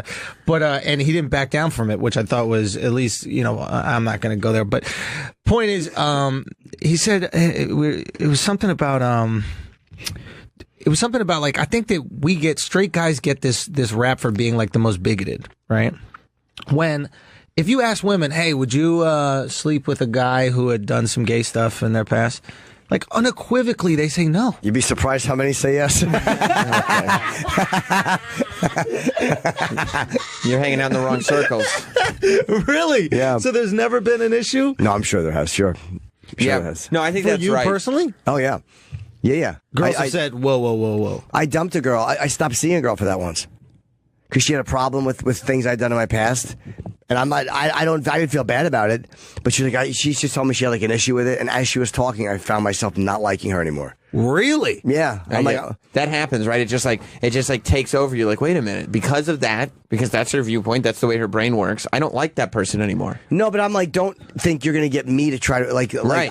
you're not gonna fucking make me feel bad about things I've done. I'm not going to feel ashamed. No, not even a little. I was done with her immediately before lunch was finished, and I wasn't even mad at her. But yeah, so that once in a while, date. it was a lunch You're date. so classy, Jim. No, I was just hungry. And I think that was. We have a phone call coming in though. Someone wants to say hi to Sam. We should take it, and we can continue talking. And you should put your headphones on. Oh yeah, it's a young lady that is not trans, but she's a friend of ours. Damn. Who is she? Hello. Hello. Yes. Is that Mary? Yes. Mary, I got your DM. Sam Roberts. Sam, I missed you so much. How are you? Hello, Mary Jean. I got a DM from Mary Jean on Instagram. What did it say? Yes, It said I you this morning. Yeah, she was getting drunk last night and missing doing the show. Yes, I told her to come in maybe Monday. I said because today we had Andrew, we had I forgot the guy Brad Paisley. I'm like we had a full show, so I'm like maybe come in on Monday or Tuesday. Yeah. I've been having so much sex. I just wanted to jerk everyone off on the show today, or like give a lap dance. Something with like. I'm itching my bag. You want to come back, Schultz? You want to come back on Monday or Tuesday? Absolutely. I get back Sunday, so I'm gonna definitely come in Monday. You jerk people off? Is that your thing? Yeah, like I've been having sex back to back, and like I wanted to have some more today. Wow. So what does that mean, back to back? You're back to She shot porn. Yeah, you're back to shooting porn, right, Mary? Oh my God, yeah, I started like 2 days ago. I got to shop for Brazzers, and it was amazing. Like, my pussy hurts, right, but it still feels really good. I don't know if I'm being trolled right now. No. This is legit. Yeah. Really? 100% legit. This is Mary. She's our good friend. And she comes on the show. I miss you so much. I miss you too, Mary. Oh, that's what she looks I like. want to touch wow. your nipples. Okay, that's very nice Yeah, of you. Mary Jean is what we call a good egg. Yeah, she's fantastic. She's one of And our... Jim, I want to touch your dick. I would like that. Okay, well... Okay. Please do. Maybe you touch my nipples first. I don't want Oh, Jim Yeah. dick Then I'll hands. touch Jim's dick. Yeah. Yeah, or I'll put my just dick on your nipples and she can kill two birds with one stone. Yeah. How many Oh, my favorite. How many scenes did you shoot, Mary? I got to shoot two scenes. Okay. And I got to shoot with Johnny Sins, which I know he did your show, the Sam Roberts show. His So- wife did. I don't remember if he did. I know Kissa did. I thought he came too. Maybe he did, but Kissa was awesome. I think. Oh, yeah. Yeah. He was awesome too. Like, I get it now. The sin thing, my pussy loved it. Oh, Mary, that's great. is this your first time doing porn, or you've done porn for a while? I don't know, because I shot a few scenes, but it's been a while. So you have already shot porn before? Asking all the tough questions. Yeah, I guess. No, I'm just curious. Were you nervous the first time that you did it? No, everybody was so nice. They gave me some food. They clapped for me after I was finished. Did they clap for you with their ass cheeks? Oh, no. Like, everybody, I know deep down inside, everybody's dick was hard. Like, they didn't show it, but I think they loved it. Mary, That's have you ever not been able to make someone come? Yeah, but it's because they're under, like, some sort of influence, which is normal. I get it. Or a guy will be all fucked up mentally. There's been times where I couldn't come and it had nothing to do with the girl. It was just, I'm mental. fucked up. Yeah, why? When couldn't you come? That's so sad. I need you here, Mary. Yeah. No, I'm sure there's been plenty of times I haven't been able to come. I can't think of exactly. I just wonder if there's a big ego hit for that. Oh, you know what I mean? yeah, Like, sure. I'm used to not making girls come. It's not that big a deal. Absolutely. You know what I mean? Oh, But- my God, you're a selfish lover. No, I'm not selfish. I'm just not good. I think they're very different things, I guess. He gives it the old college try. Yeah. Well, you sound really good over the phone, so I can't wait to touch your dick on Monday. Well, that's very nice to say. congratulations, Thank Andrew. you. I was That is waiting nice. for Yes. you to touch my dick as well. But That is yeah. nice. Everybody's dick is going to get touched on Monday. That's I great. swear. So Even it's good. Troy's dick. Yes. Yay! That's good news. So, Mary, is it like when you start to have sex, does it make you more horny? Like it doesn't satisfy the urges the more you do it? Like breast milk. You know, the more breast milk is produced, the more it gets produced. Meaning, like, if a baby drinks a whole bunch, your body starts producing that amount more again breast and again. milk, yeah. So is that the way Sam, you are? You're talking like a dad right now. That's right. Love it. I know Like, he's talking want breast to- milk. But is that the way you I are? want to have your kid. Okay, that's great. Maybe the next one. But is that the way you are with dicks? Like the minute you get like 2 dicks, you need 2 more, and then 2 more, and then 2 more? Yeah, like I was telling you before, I did back to back. Right. So now, like, my pussy, like, honestly, Mhm. I feel like my insides are coming out. Like, I'm ready to have a baby after Wow. yesterday's dick. Wow. Did somebody So, impregnate you? yeah, like I could get back to back. And Do then you have any kids, like, Mary? Do I have kids? I have a dog. Does that count? Yeah. It's not exactly. No, not the same thing. It's not exactly. But yeah, I have a kid. His name is Milo. He walks in 4 legs. It's a dog. It's a dog. It's a The dog. dog. This Yeah. is so odd. I don't know what's going on. I don't even It know is how a to dog. react. This Yeah. is so odd. Did you do anal? I remember you telling me before that the first time you did anal was on a porno set. Yeah. You did anal? Well, I didn't get to do anal this time. I'm still trying to save my asshole for the right person. Oh, you get me all choked up. Yeah. But they stuck a finger up my ass yesterday, so I think that's anal. Let's see. Wow. Let's see her vagina. Yeah, can you go close Yeah, on she's that? very sexy. What was it? The finger? How was the finger in the hiney? Did you enjoy that? It was nice. Like, my pussy was getting dry because it was getting pounded out for a while. Right. And then he stuck his finger, and I'm like, oh, my God, I'm wet again. So that was cool. How long Now did he I pound know. you out for? Oh, my God. I don't know. Like, hours. Like, I was just getting dick back to back. And then I found myself sucking dick when I wasn't even supposed to, when we were off shooting. And I was like, oh, my God, I really love doing that. Wait. So when you were not on camera, you were practicing your lines. Yeah, like I kept forgetting my lines because the guy was so hot, like hot with a big dick. And I don't even like big dicks, but he was so cute. So I kept forgetting my lines, so that fucked me over. But Did it hurt when he put his penis in you? yes, You know, like I was ready to have another one in my mouth so I could numb the pain and not think about it. But that makes sense. I had one. That makes sense. Porn guys are just a different breed of human. Yeah. Yeah, I they're can't- like NBA I can't players. relate. It's the same thing. Yeah, it really is. Like to have a dick that big and be able to fuck that long with people watching. Well, that whole thing that that guy's doing. You're Mary Jean is laying on this guy's stomach, sitting on his stomach, and he's on his back. Yeah. How do you fuck that way? My dick, I'd give one pump and go, all right, turn it over. I can't do this. There's too much weight. It's very hard. No, just the idea of holding somebody and. It's probably just for the picture, though. concentration. What's that? It's probably just for the picture. I couldn't. I'd have to fucking tape Jim? my dick to the pussy for me to stay there. Yes. Jim, I want to sit on your dick. Okay. That's cool. That's cool. So What will you not let a guy do? No, they can do whatever they want. I No, there's slapped got to like be 3 something times. in life. Like, what will you not let a guy do? Like, honestly, they Mm-hmm. can do whatever they want. Because when I'm horny, I just want to fuck. I want to scratch. I want you to scratch me. I want What to, about like, emotionally? swear. What about like a forehead kiss?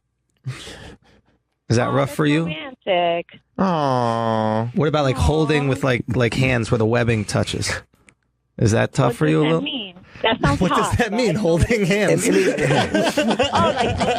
taking a walk together. What are these strange activities you talk about? Yeah, I don't mind holding hands. It gets me horny too. I'm like, intimate. But Adrian said you didn't like kissing. I didn't want to kiss Adrian though. Oh, yeah, it's understandable. Wait, have they had sex, Adrian and? Yes. What? She said she put 8 fingers in his. She butthole. said 7. Was it 7 or 8, Mary? Wait a minute. At different times? Is this No, like when at you're trying once. to take the peanut butter All off? at the same time. Wait, All at the same time. 8 fingers in his asshole. Was it 8 or 7, Mary? I don't want to. It was 7. It almost went to 8, but then he got embarrassed, even though his asshole was still wet. Because he said she got 2 fingers in, but Mary came in studio and corrected him and said she got 2 fingers and a fist. That's 7. This is Adrian that I know that's now in Montana? That's right. Yes. That's why he went to Montana? Yes. Yeah. Yeah. He's searching for Mary? No, he knew girls had longer fingers there. Yeah, exactly. I loved Adrian's asshole. Yeah, I could. Yeah, we all did. We all miss it. Yeah, it's just nice to have around. Yeah, any of us could use it whenever we wanted. Sure. Yeah. Oh my God, that's crazy that they had sex. Have you had sex with any other people involved with the show? What about Roland? I love Roland. Hi, Roland. I'm going to show you my titties on Monday. Would you have sex with Roland? Roland, yeah. Why not? Right? I was like, yeah. I Bring bacon. Oh, okay. That what? Bring bacon. He does like it. Oh, he was just eating my a plate God, of it. yes. That's Savage. a good catch. Yeah, he's- Bacon between my boobs and just make him look, like That sounds great. Roland. She's very lovely bosoms. She does. Yeah. Yeah. I just want to grab a coffee with you, Mary, and just have a conversation. No, that's too much work. All right, well, come in on Monday or something, okay? Okay, cool. Sounds good. Sam, I fucking love you. Tell your nipples to be ready. Okay, will do. Okay. Bye, Jim. Bye, Mary Jean. Bye, Mary. Bye. Always great to hear from Mary. Yeah. She texted me last night, and she wanted to come in. And I was like, yeah, but let's just do it Monday or Tuesday because we have kind of a full show today. They're kind of like comics, porn stars in a way, like the ones who can't turn it off. Right. Do you know what I mean? Like, there is something to that, right? Yeah. Like, it's like, I get it, but at the end of the day, it's shtick, right? Yeah, like it's always like if a porn star stuck in your dick, you're like, are you doing a bit? It's like when a comic does a bit at the table, you're like, what are you doing? Yeah. When she starts making sounds that you know are not. I'm like, I'm not getting that sound out of you. That's exactly, that's her go-to. Yeah. Maybe that's where she's comfortable. Like, we should just have a conversation with her about, healthcare.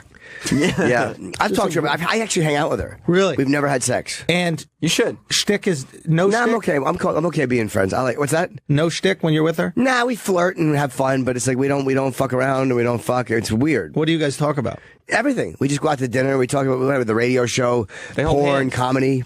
Huh? They hold hands and do forehead kisses. Dude, that's the best. There's Yeah. like romance there. But it's like we're friends, and I like being friends with her. You should marry her.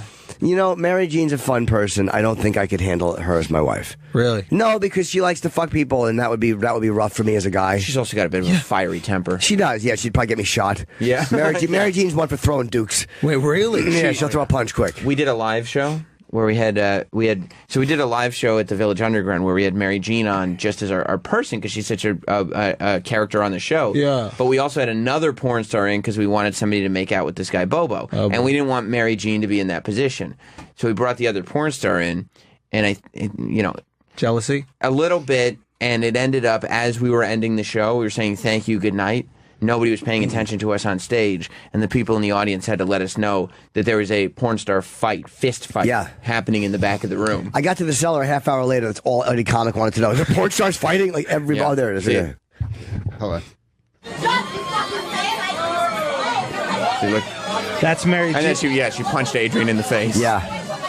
Yeah. See, she's got a lot of emotions. Yeah, clearly. She's a wonderful person until Yeah. it comes there's time to there's something underneath there you could tell, man. throw it down. When it's time to throw it down, she'll throw it down too. But She doesn't that's put the up with any most shit. exciting part, though. Don't you want to know, like, what the furnace is about? Like, Yeah. I want to see it. Yeah. I just don't want to see it directed at me. Absolutely not. I want to like have a combo. Why are you so angry? What happened? What's Yeah, but that going could on? get her upset. You don't Some people don't know though why they're angry. Like it's funny, Andy Kindler. We talked about him. Yeah. He was talking recently about something. Actually, I listened to part of this last address. Yeah, it's the first thing I've never heard a full address. Yeah. I listened to a few minutes of it. He was talking about having anger issues and being funny with it. But it's like, that's anger driven shit. It makes us do crazy stuff. Yeah, it's fucking scary. Yeah, why do you think we ignore so much? Do you think it's just easier? Anger? It's easier because Or it's just painful. emotions in general? We just want. If we can cover up emotions with something happy in the moment that feels good, whether it's coming or buying something or eating something or a lot of times in my case, that was all the same thing. So one-stop shopping. I want to eat something, come and buy it. Yeah, wait, click, done. Yeah. It's easier, It's easier to do. You don't have to think about it. You don't have to deal with your real stuff going on. So just distraction. Just escapism. So by the way, before we can get to what you were doing for sure, but I did because I forgot last time Schultz was on. And I feel like I'm going to forget it again if I don't mention something. Speaking of love connections based on the show and Mary Jean and stuff, our female intern, the girl intern, Alina. That's right. She is in love with Andrew Schultz. Is she? Where is she? Because I had Charlemagne up here. And she was like, "Oh my God, I love Charlemagne." Blah blah blah. And I'm like, "Okay, that's a thing you hear." And she goes, "He's on that podcast." And I go, "Yeah." And she goes, "Oh my God, I love his co-host. You're red. I love his co-host. She's red. Like when I tell you,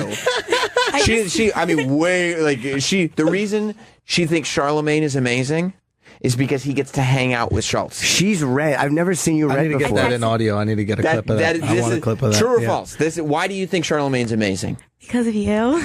Oh. I literally just I told my friends that you fingered me because we banged fingers, so all my friends now know that.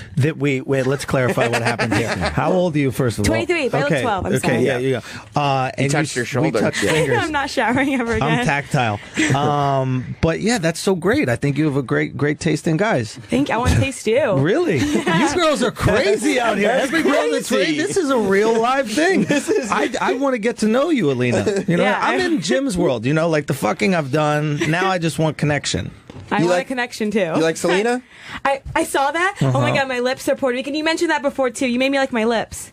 I made you like your lips. Yeah, because you had a podcast with Charlemagne. I think it was a live one where you talked to a Puerto Rican girl came up and she was like, "Oh my God, you're my girl. I want you to be my boyfriend." And you said, "Let me see your lips." And she was Puerter Rican. You said you like Puerto Rican lips. She had full lips. Yeah, my mom has a mouth like a bird. Oh, she has no thin lips. Yeah, just nothing. I prefer a nice lip. You have nice lips. Thank you. Absolutely. Oh my God. Where'd you find out about Andrew Schultz? Like, how did Guy you? Code. Oh, you watched Guy Code. See, Guy Code worked. It was Big good. show, man. That was massive for you guys. Yeah. Dude, it was great. It was cool. People still come out. You like him better than Christy?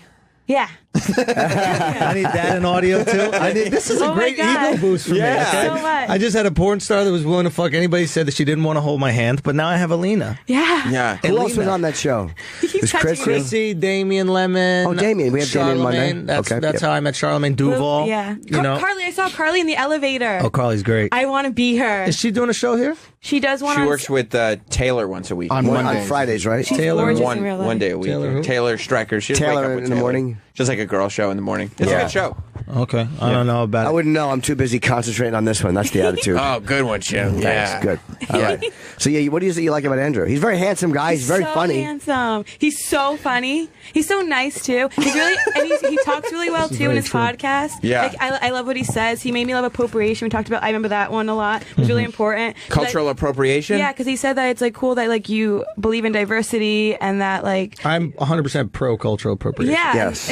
The way if people listen to his podcast and Charlemagne too, they both are so smart and eloquent on it. I swear, and like they're still funny, but like it's good. It's just so good. I used to listen to it when I was lifeguarding. I didn't save lives. People drowned, but fuck it. She doesn't talk like this about our show. No, and by the way, this fucking. We need to hire her. I think we need to steal her from you guys. I know, but Some she's at talent 33 posing. and now she's on 45. She's like talking To everybody under 27. Yeah, that was These old are man. records that we're talking about. That was a record speed I was talking. That was old man shit. Everyone over 50 is like, that's why I tune in. But I've never seen her this hyped up. But boy, no, she does not speak this positively about our show. And But that's she's not- okay. She's like, she's beat red. Like Yeah. she's like, usually I'm so flattered. Thank you, Alina. Her little arms are crossed. Usually she comes in and kind of does the Alina character a little bit and does this kind of stuff and makes dick sucking references and whatnot. Right. But she's way more real right now. So this is the real vulnerable Alina. Yeah. She's very we got to see vulnerable that. Oh my God, you're so handsome. I can't stop looking at you. Thank you. This Oh is my great. She's God. gonna cry. Look at her eyes. Yeah. It's so cool. You think so? Yes. This is my porn. I'll be masturbating to this tonight. I swear You're to God. going to? You're gonna masturbate. Oh yeah. My friend's coming over to be like a girl masturbation. What? Wow, you guys masturbate together. It's friendly. It's fun. Yeah. Free. I'm broke. What scenario will you put in your mind when you think about this? Well, you guys be watching. Definitely. I don't want to. I would watch it. Why not? Yeah. I don't want to watch Andrew Schultz having sex You with our guys- intern. That'd be fun. I'd watch Andrew Schultz fuck Travis. It'd be fun to watch. I mean, I like you, Andrew. I came to watch you do stand up. Oh my God, But I that was wasn't. so great. I don't coming out. But I wouldn't. Hey man, thanks for coming out. I just fucking this girl. Thank you for coming out tonight and watching me, man. That's Bro, Jim, you are so unapologetically you. It is hilarious. It's just so funny. Like, just the idea that you can. So, what would you do sexually? Like, you want the picture, you want the painting. Yeah, what is her scenario? yeah. There has to be a scenario. So Jim and I are in the room. Start. Yeah, Because you're not going to think of just talking to Andrew. He's right there. I mean, Maybe the mic wouldn't be working, so like, oh, I'll pretend I'm Mars, and I know what to do so I can fix it, and then I'll just go on and suck on its cock, dry. Whoa. Yeah. I love Dry. you. Yeah, I want to be sexual, but you're so pretty. I swear to God. Like, Thank you. Oh my God, you're so cool. Thank you very much, Alina. Wow, dry. Why dry? I prefer wet blowjobs. No, like I'm taking it dry. Like there'll be no cum left. Like it's just like. Oh, all the way. Drain it dry. Drain it dry. Yeah. You need to clarify. Yeah, she Right, wants to sorry. fuck I it. thought you were going to suck my dick with one of those dentist straws, taking all the saliva out. Like you'd have to wait a while to get another blowjob to come again. Really? Yes, I you wanna- deserve it. Do you ever worry at all that you haven't left much to the imagination? Like there's not like this,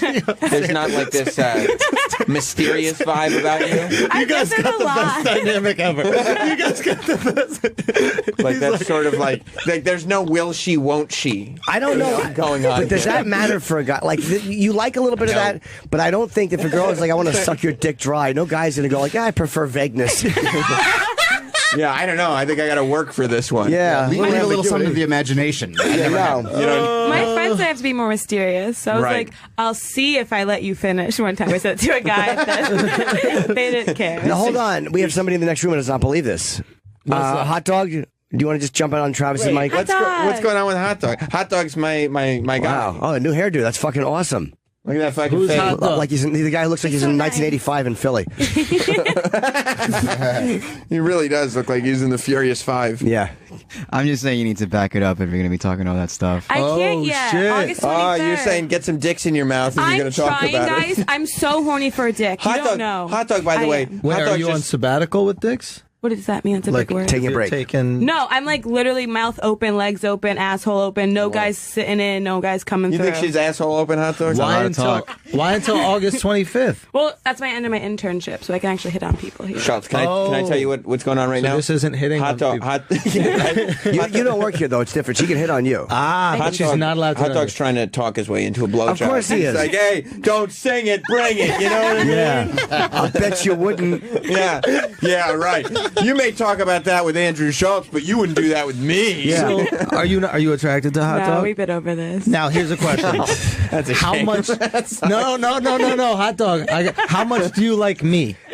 I can't even put it to words. I like my hands are wet, my vagina's wet. I'm Would you wet. be willing to blow hot dog for you? for me? Yeah. Oh yeah. I would lick his asshole for you if you told me to. Hot Dog, you want that little bunghole lick? Yeah, no, Hot Dog, you want to spend money to upgrade somebody to business class? How great would that be? I'm flying first to London. Hot dog's relaxed at work the next day. It's prostitution through Schultz's airline ticket. Yeah. Exactly. That's Yeah. not prostitution. It's No. bartering. Right. Yeah, that's what it Good is. old fashioned way. It's bartering. But she seems different today, man. She doesn't She is seem like different. Hot Dog. She doesn't seem like all talk. Like just for a fact, like she came in flushed. The first thing I thought was her face is all red. And she's stopping like mid sentence to be like, ah! Like, Yeah. you know. Right, yeah, because before it just seemed like it was a little bit put on, and now she's like really super excited, but still, you're talking a big game. You think she's faking it? Semi. What does that mean? No. I'm semi right now listening to it. What a buzzkill. Yeah. Yeah, really. So wait, do you think she's faking it because you don't?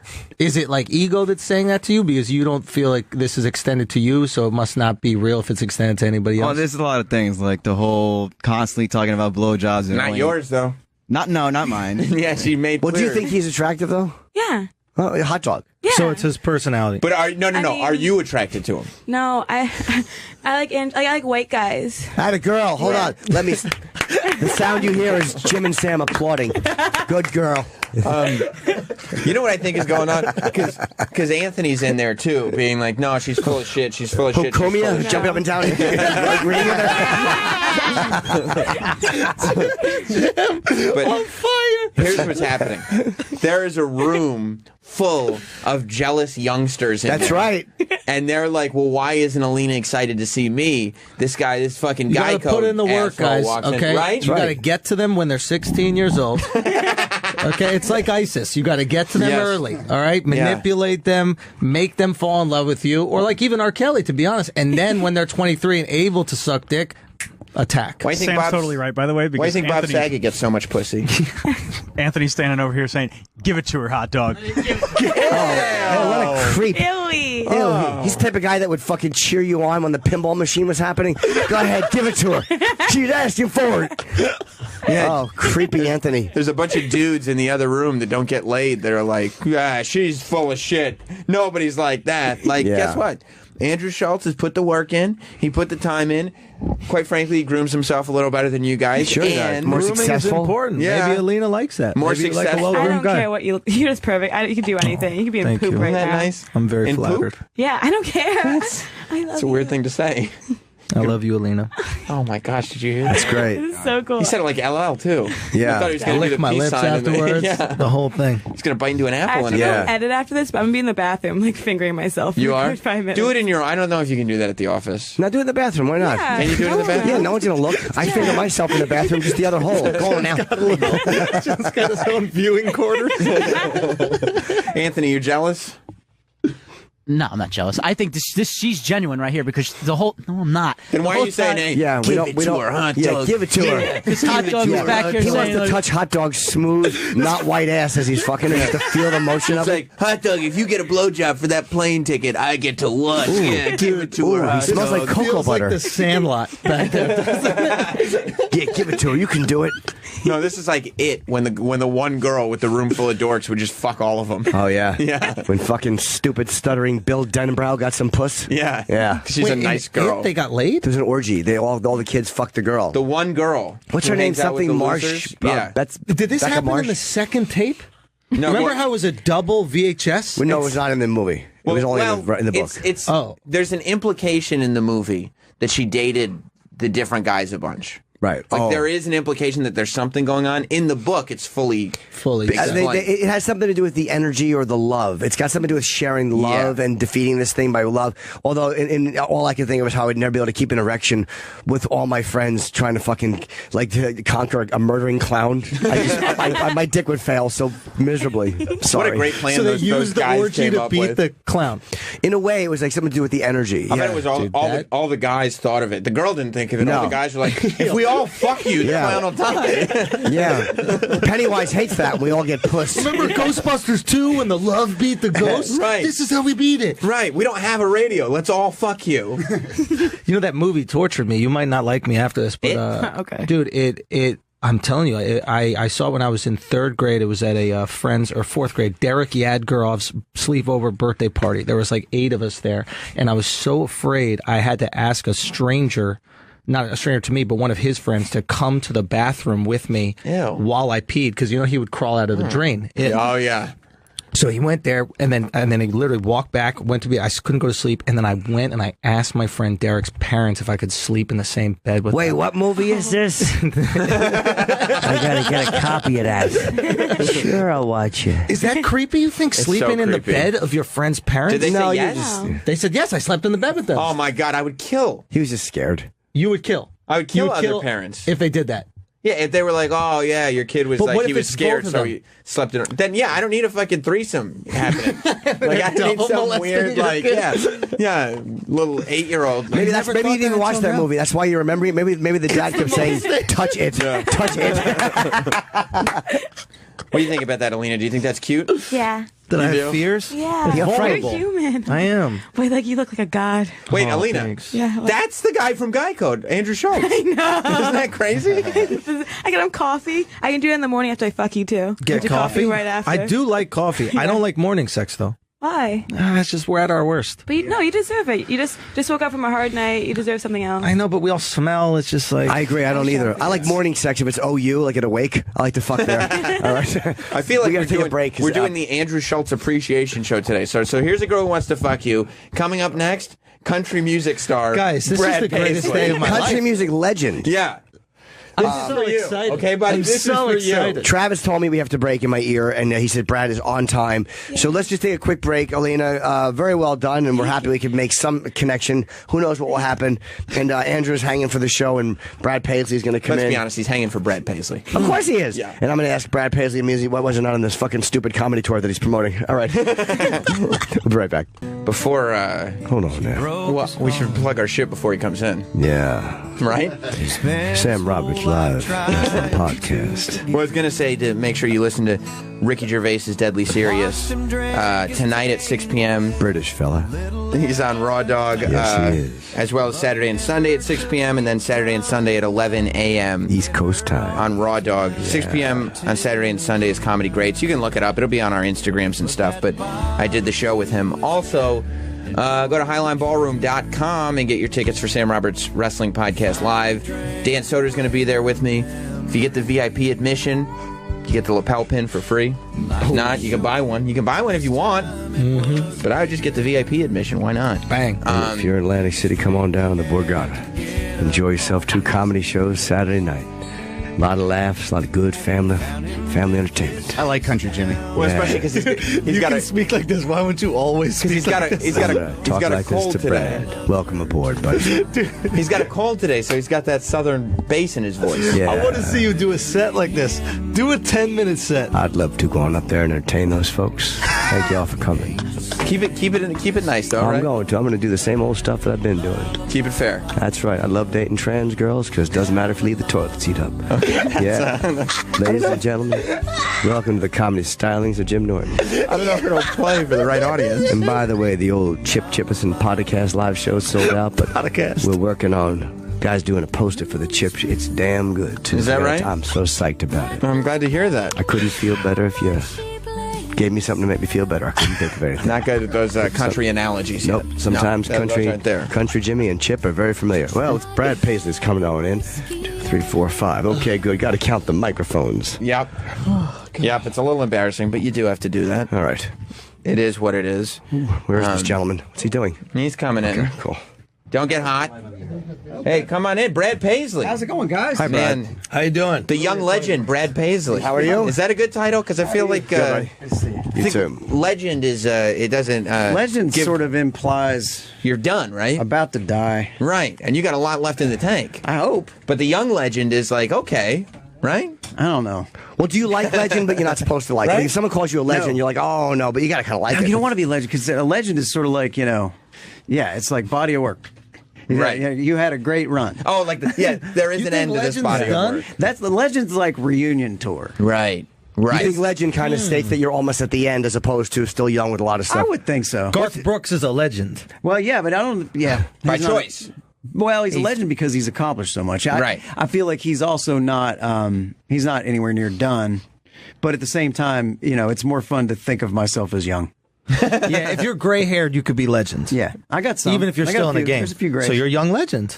Young legend. That's Dude, the you're great, young it's a great- legend. The young bro. You can't get out of it. You're a young legend. It's okay. It's legend. a fact, man. Come on, Okay. bro. All right, I'll take it. I guess. How do you do with There's certainly worse things on the internet right now. but- Absolutely. We're called all of them. is success something that like you strive for, or did you just want to be a musician? Because the level of success that you've achieved through your music is like unbelievable. Like 12 million albums sold, 10 or something gold albums. Like it's I feel like crazy. I feel like success is the type of thing that in all honesty, it sounds like I'm this is canned, but it's really true. It's all about, am I happy with the music I'm making, and the fact that I've been able to make a good living and play for audiences with this music that I like to do. I'm pretty happy because nobody ever made me be something I didn't want to be. Right. What's the difference between country music now and like older country music? Like, is it like more appealing to like young people now? Because I never listened to it.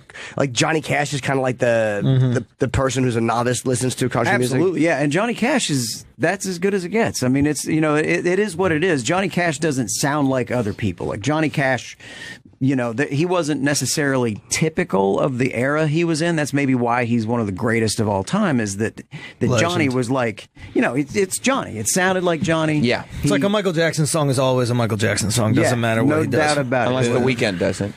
Yeah, Or Alien Ant Farm. They do a good job. Dude, Alien Ant Farm killed it. They did a That's nice job with Smooth Criminal. But the old country music was, I like to think of it as different. It was different topics. I mean, they talked about trains and prison and some things like that. And we don't necessarily do that, but we've evolved in terms of the stuff that we talk about. Although we've regressed lately. Because what about female country? I can't get into it. It's too violent. He likes I can't men. do it. What are you, blind? They're too violent. I can look at them, beautiful ladies, They but do it's kill too, guys a lot. It's too violent. They beat them up. Are you insecure with the female empowerment? I'm insecure with females murdering. Oh. What's the song about the girl who wrecks the guy's car? Every song? Carrie does that. Carrie Underwood, right? I love that song. Every before he song, cheats. they're poisoning. Before he didn't even We cheat yet. deserve it, though. Do we? Yes. Oh, you're falling into I the think we trap of these deserve it. female country stars. They got you bullied. You have to be You're probably PC right. over I'm here, okay? certainly- You can I'm fight cer- back, I'm a whip Brett. dog sitting over here. Fight back against these spiteful, vengeful female country I stars. actually did one on a couple albums ago that was like the male version of that, where it was a song called Karate. I really love the song. I had Charlie Daniels actually rap in it. That's awesome. Because Charlie was like the original rapper. Nobody thinks about that. But think about Devil Went Down to Georgia. There was no rap yet. Yeah, And I mean, it was. Blondie got big credit for rap, I guess, but Charlie Daniels did do that song before Rapture, right? I don't know, but it's around that time. But he didn't know that he was doing rap. But So you're saying rap was appropriated from country music? That's right. in that sense, yeah. When you do it, Hot like take, Brad, hot take, Brad. Wow, it can be. Yeah, let's cut it. Send it to TMZ. But Let's go. there are no definitive statements that always work. But I feel like in this case, with the song that I was doing, I had a good time. It was a song called Karate, and what it is it's about this woman that's in an abusive relationship, and the whole song she's training to basically like kick his ass. So like a J-Lo movie. Yeah, it's a little like that. It's exactly like that. And then by the end, it's like basically she comes home and he's been drinking again, and it's all that. The chorus is about he's in a bar chasing Cuervo with Tecate. He doesn't know she's been taking karate. Is the actual, you had to find a liquor, something that rhymed with karate. Yeah, that was right. And Tecate's perfect. And then because that's a pretty redneck beer too. It's very difficult to do the reverse though. Like what's that? The men getting Sometimes their you got to revenge. beat your annoying wife. What about that song? I don't think so. The only one that I they heard- did those, by the way, in the '60s. I think that is the difference. Now we've Garth come Brooks back got around. away with it. What do you mean? He had a song where Mama's in the graveyard, Papa's in the pen. No. But that's in the graveyard. You got it backwards. I It's do? still, again, Yes. the guy died. Yeah. Listen, sometimes you switch it up for But what didn't the you guy like. drive his truck into the motel? Oh, you're right. Yeah. You know more about it than me. You're a big fan. Brad. Yeah. No, he just We likes got a those kind of Garth fan over scenarios. here. We do, don't we? Yeah, but that's, I mean, other than that. You had the truck stop shirt. You had the I the did. piping and the flames on it. and all that. Absolutely. Absolutely. I like me. one song Garth Brooks did. He did a cover of "Hard Luck Woman" by Kiss. Do you ever hear that song? Yeah, does? he would nail stuff like that. When he covered Billy Joel, it was good too. He used to do "You May Be Right." Do you cover any rock? I love like that's my favorite shit that Johnny Cash did with like Rick Rubin when he covered all those Danzig and all those Nine Inch Nails. I'll do whatever I can get away with that fits my voice. Like I love to do Layla, the acoustic version of that. That's my favorite rock song of all time. It is. But just the flat out 70s rock record on Layla to me is, there's just never been anything cooler as far as a guitar lick or even what it's about. And then But I love the MTV Unplugged version he did, so I'll cover Clapton that from time to time. Layla's Clapton. You got me on my knees lately. Yeah. And you're promoting a comedy tour, so like I guess you've always been a comedy fan, and you're down from you're in Nashville, and you had gone to that Wild West festival. Yeah, well, I hosted a night for the last 3 years, and where I would write specifically songs and some bits, and love the stand-up comedy world, and started getting into that and getting to know a few of these guys that are a part of the special. And, and for a long time, when I first started as a kid, I was singing I was from a little town of 1,200 people, and so I was booked solid. I was, it was the Lions Club luncheon, and then the mother-daughter banquet at the local Methodist church. I mean, I was able to get $50 a night anytime I wanted to go sing. But I learned early on that it's like, okay, you can sing these songs, but it's what's happening between the songs that's really sort of where people will judge whether or not they had a good time. Because there's nothing worse to me than going to see a performer where nothing happens between songs. Like we just saw Guns N' Roses, and they were great. And I was like, I wish Axl had talked to the crowd a little bit more. Yeah. As amazing as the show was, he didn't talk to the crowd at all. I was like, I kind of like when there's not really. No, I kind of like when there's a little interaction. Absolutely. Yeah, and especially on acoustic nights. Like if there's a night where there's and so I learned quickly some of those little things in your bag of tricks that always work, that, ways to do that. And so this is an expansion of that, trying to do stand up and also hosting the CMA Awards every year, like Carrie and I have done. We write that, and we've worked on our shtick quite a lot. Carrie Underwood. Yeah. Or do you feel that she would be violent at any point in time? Oh, definitely. Are you kidding me? That's a violent woman. Way more people than. Where's the Christianity? Well, where's the forgiveness? I think that it says in the Bible that you can kill a man. When a woman kills a man, it's okay. I think that's Philippians. Isn't that Philippians or something? I remember that part. Yes, I do remember that part as well. Do you get laughs on stage when you're in between songs? Yeah, I try. Do you know, because I've watched, I love Elvis, and Elvis is the only icon who has ever bombed in front of his own crowd. He's the best.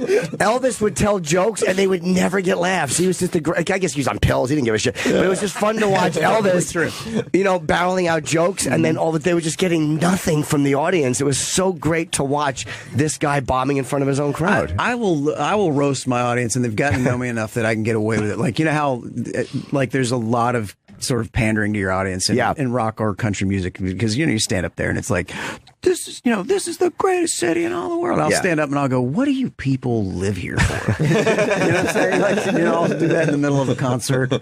Minneapolis, it's like, Minneapolis, it's great to be here. No, it's not. It's winter. What the hell are we doing here?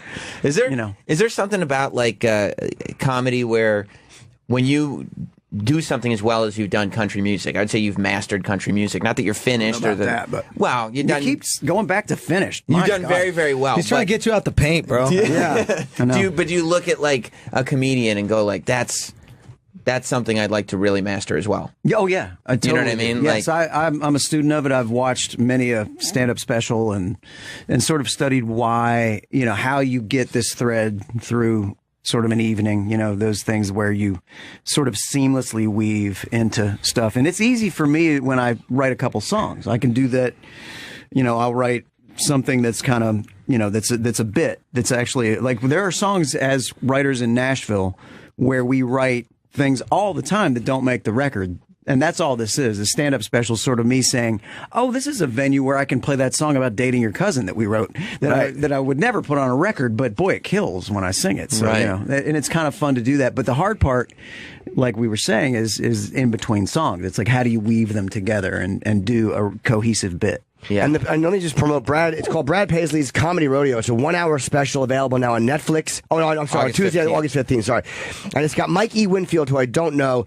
David Hasselhoff. Mike's amazing. Is he a good comic? Yes, he's amazing. I know John Heffron's a buddy of mine. I know Nate Bargatze's really funny. Nate Bargatze's really funny. And also really John Reap and Sarah Tiana.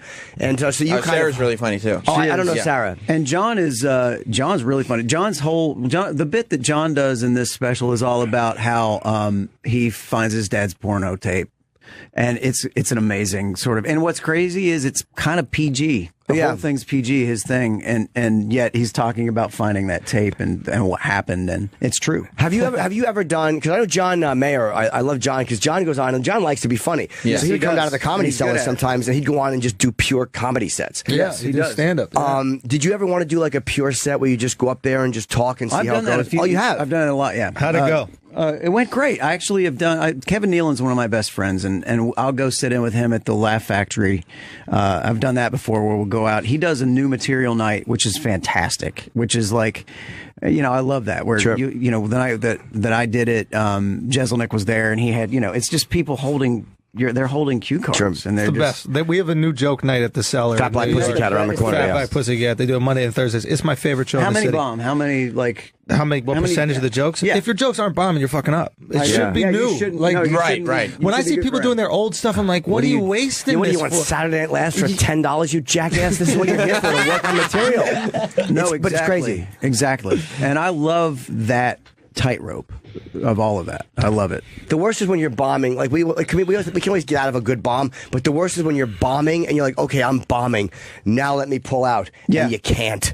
That's the worst. When you think like the tricks that normally get you out of it, when Yes. they don't, and you're like, oh my god, I'm like legitimately fucking bombing. There's a moment in this special that's my favorite moment of the whole thing, which is 100% just I am about to bomb because I, out of the blue, decide I didn't prepare it, but I had written a song for my wedding. My wife wanted a song, and I was like, I've written you like 10 songs. That's why you're marrying me. She's like, no, I want one for our wedding. I want one that you just wrote for this. And I'm like, that's not fair. The Little Moments was like number 2 on the chart. I'm not gonna- no, but you wrote that to win me over. I want one now. And so I like had this assignment, and so I wrote a song. That's the cousin fucking one. That's later. That one's pure fantasy. This one's all true. This is called the Toilet Seat Song, and because we went to some 2-bit hack counselor that her entire problem that she found, like premarital counseling, her entire problem was that I don't put the toilet seat down. That was the main issue we were going to have in our marriage. Jim's got a great solution for that. She should put it up. No, I just date trans women, so it doesn't matter. That's right. Yeah, thanks. Never mind. Yeah, you're right. Nice little smooth lead in there. Thank you. don't even Boy. alley-oop? Yep. You did. don't I even grounded have at the a second. toilet seat. You just don't even. You don't even bolt the thing on the thing, do you? That's absolutely amazing, though. That's somebody's job. You've paid a person to let you know, this could be an issue if you keep leaving the toilet seat You up. sound thanks. just like her. I don't know why they want us to leave the toilet seat down. That just gets it peed on more. I know. Trust me, I know. Yeah. But basically, with the special, I pulled that out of my butt. I was like, oh, you know what? I'm going to play this one because you never know, it might make the special. And I said, I talk about this and why I wrote this song, and I'm about to sing it. But see, I had actually been doing this for 10 years. This song, and I started to sing it, and I can't remember the opening line or the second line. And so, luckily, there were a lot of my fans in the audience, and I was like, does anybody have the lyric on this? And they did. Like somebody, Wow. and we left all that in there. Like it's me going through the audience, getting a phone, reading it off the phone as I'm doing the song. And it works. It's my favorite thing in the whole special. Yeah, because for a comedian, you don't remember the joke. And for a singer, I've never seen a singer not remember a song before. I would love to watch someone as good as you fumbling to get the You'll lyrics. get to see that. Yeah, good. Go to a Nas show. That's worth your $10. Nas doesn't remember any of his lyrics when he raps. It's hilarious. I love that. Ozzy would always sing because he was dyslexic, so he would always sing the verses in reverse. He would always sing the lines in reverse, or he would fuck up and sing the same one twice. I loved it. I love when a live show comes Going apart off a the little. train and the crazy rails. Yeah. Just a little bit of a falling apart makes Yeah. a live show. That's why people like stand up, because you don't know what's going to happen. Yeah, Yes, And that's it's why real. when someone heckles, Yeah. everybody shuts up to listen to your response. Oh, yeah. It's crowd awesome. work always gets a big reaction. I love Yeah. hecklers. Have you been heckled? Oh yeah, in concert, the main heckle that happens in concert, like last night, there was a girl who just and I pretended not to hear because you got the ear monitor in and we're playing really loud, but she was louder, and she just kept yelling. She just kept getting closer and moving up to the front row and just yelling, "It's my birthday!" Just yelling, "It's my birthday!" over and over again. And I swear she did that for 2 hours last night. Every single song.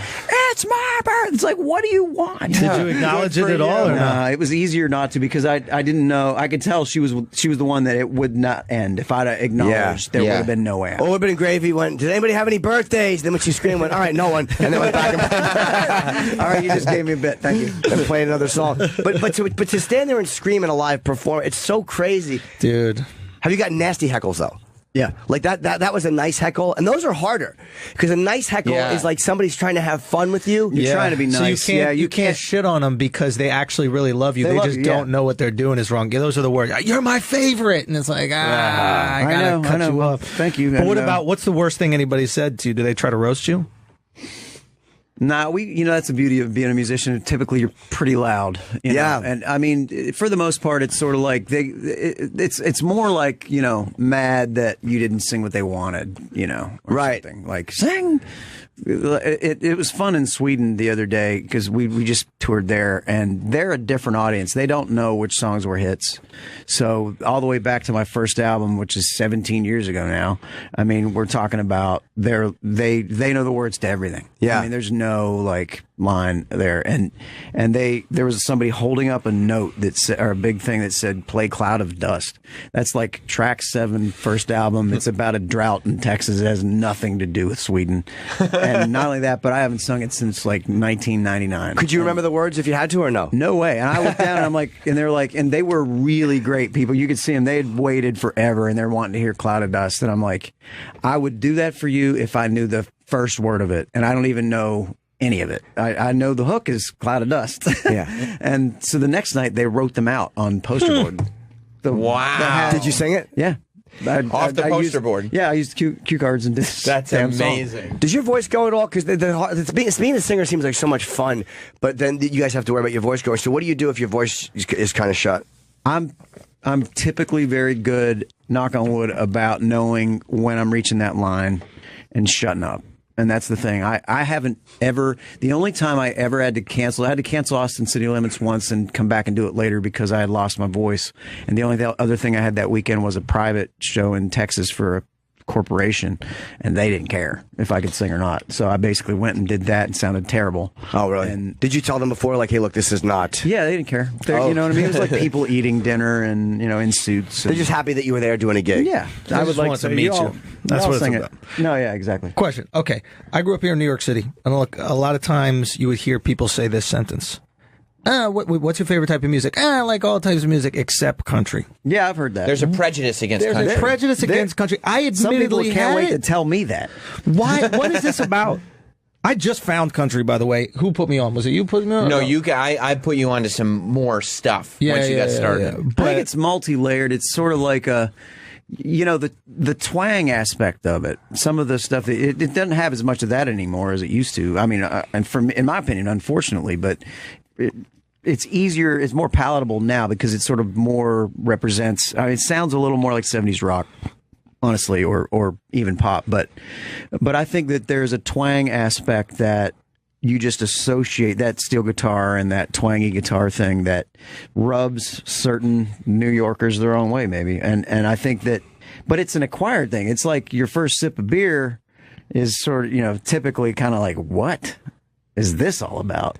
It's also you start to know the nuances. Unless that beer is Rascal Flatts. Well, that's true. It's also associated, and probably unfairly so, for a long time. People were seeing like, well, you're racist like country. It's associated with bad social things, even though there's no connection to the guys doing it now at all. Right. But it probably has no. It's like people say with rap, they think, oh, the guys are shooting each other. It has a weird association. Well, they also think that the subject matter isn't relatable. Like if you live in New York City and we're singing about tractors, and that was the thing that I always wondered too. It's similar to like going White over to people love NWA. Oh, yeah. And they cannot relate to Absolutely. fuck the police at all. No, we just love saying the name of the group. Yeah, right. Safe expression.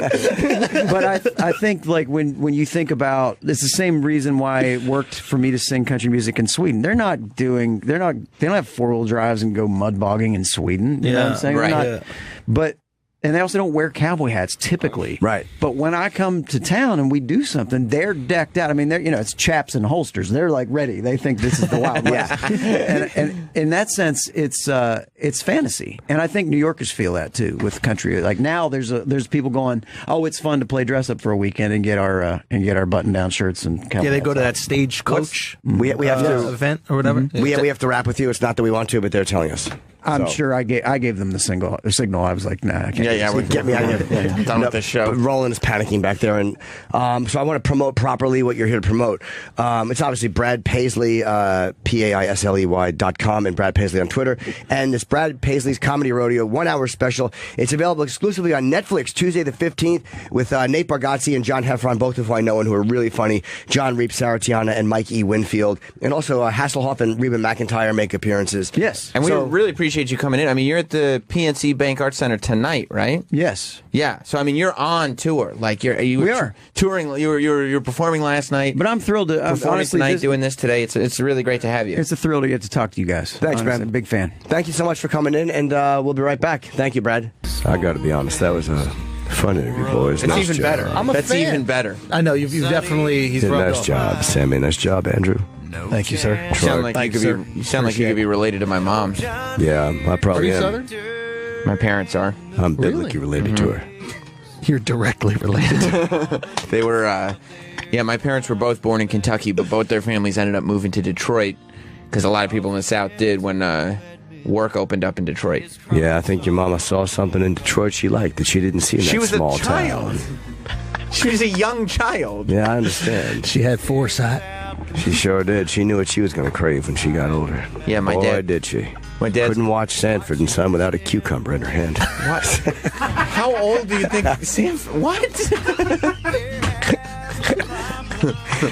Dirty mama. She knows what she likes. Yeah. My dad's mom used to kill chickens. I can't get the image out of my head. Of the cucumber? This little baby with a cucumber. Like, I don't even, the timeline doesn't even make sense. No, she was a young lady holding a big old cucumber. Sanford and Son. Yeah. My mom's a woman of a certain age. Like that's right. She liked the humor of those men. I don't even know where she was living at that point. How old a woman is your mama? I'm not gonna. She's probably a young. She was probably How old a woman is she? I mean, she's probably a young teenager when Sanford and Son was on. I don't think so. Oh, I do. How old is Sanford and Son? That was in the mid-70s. Yeah, no, she's definitely not a teenager in the mid-70s. Your mama's probably 60. 60. Yeah, I'm 33, so she wasn't a teenager when Sanford and Son came out. How old do you think she was? She's about 65. Your mom was 62. Yeah, she would have been like. What year was the bitch born?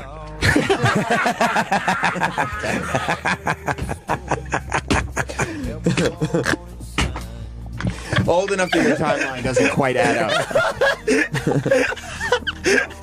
The voice makes it.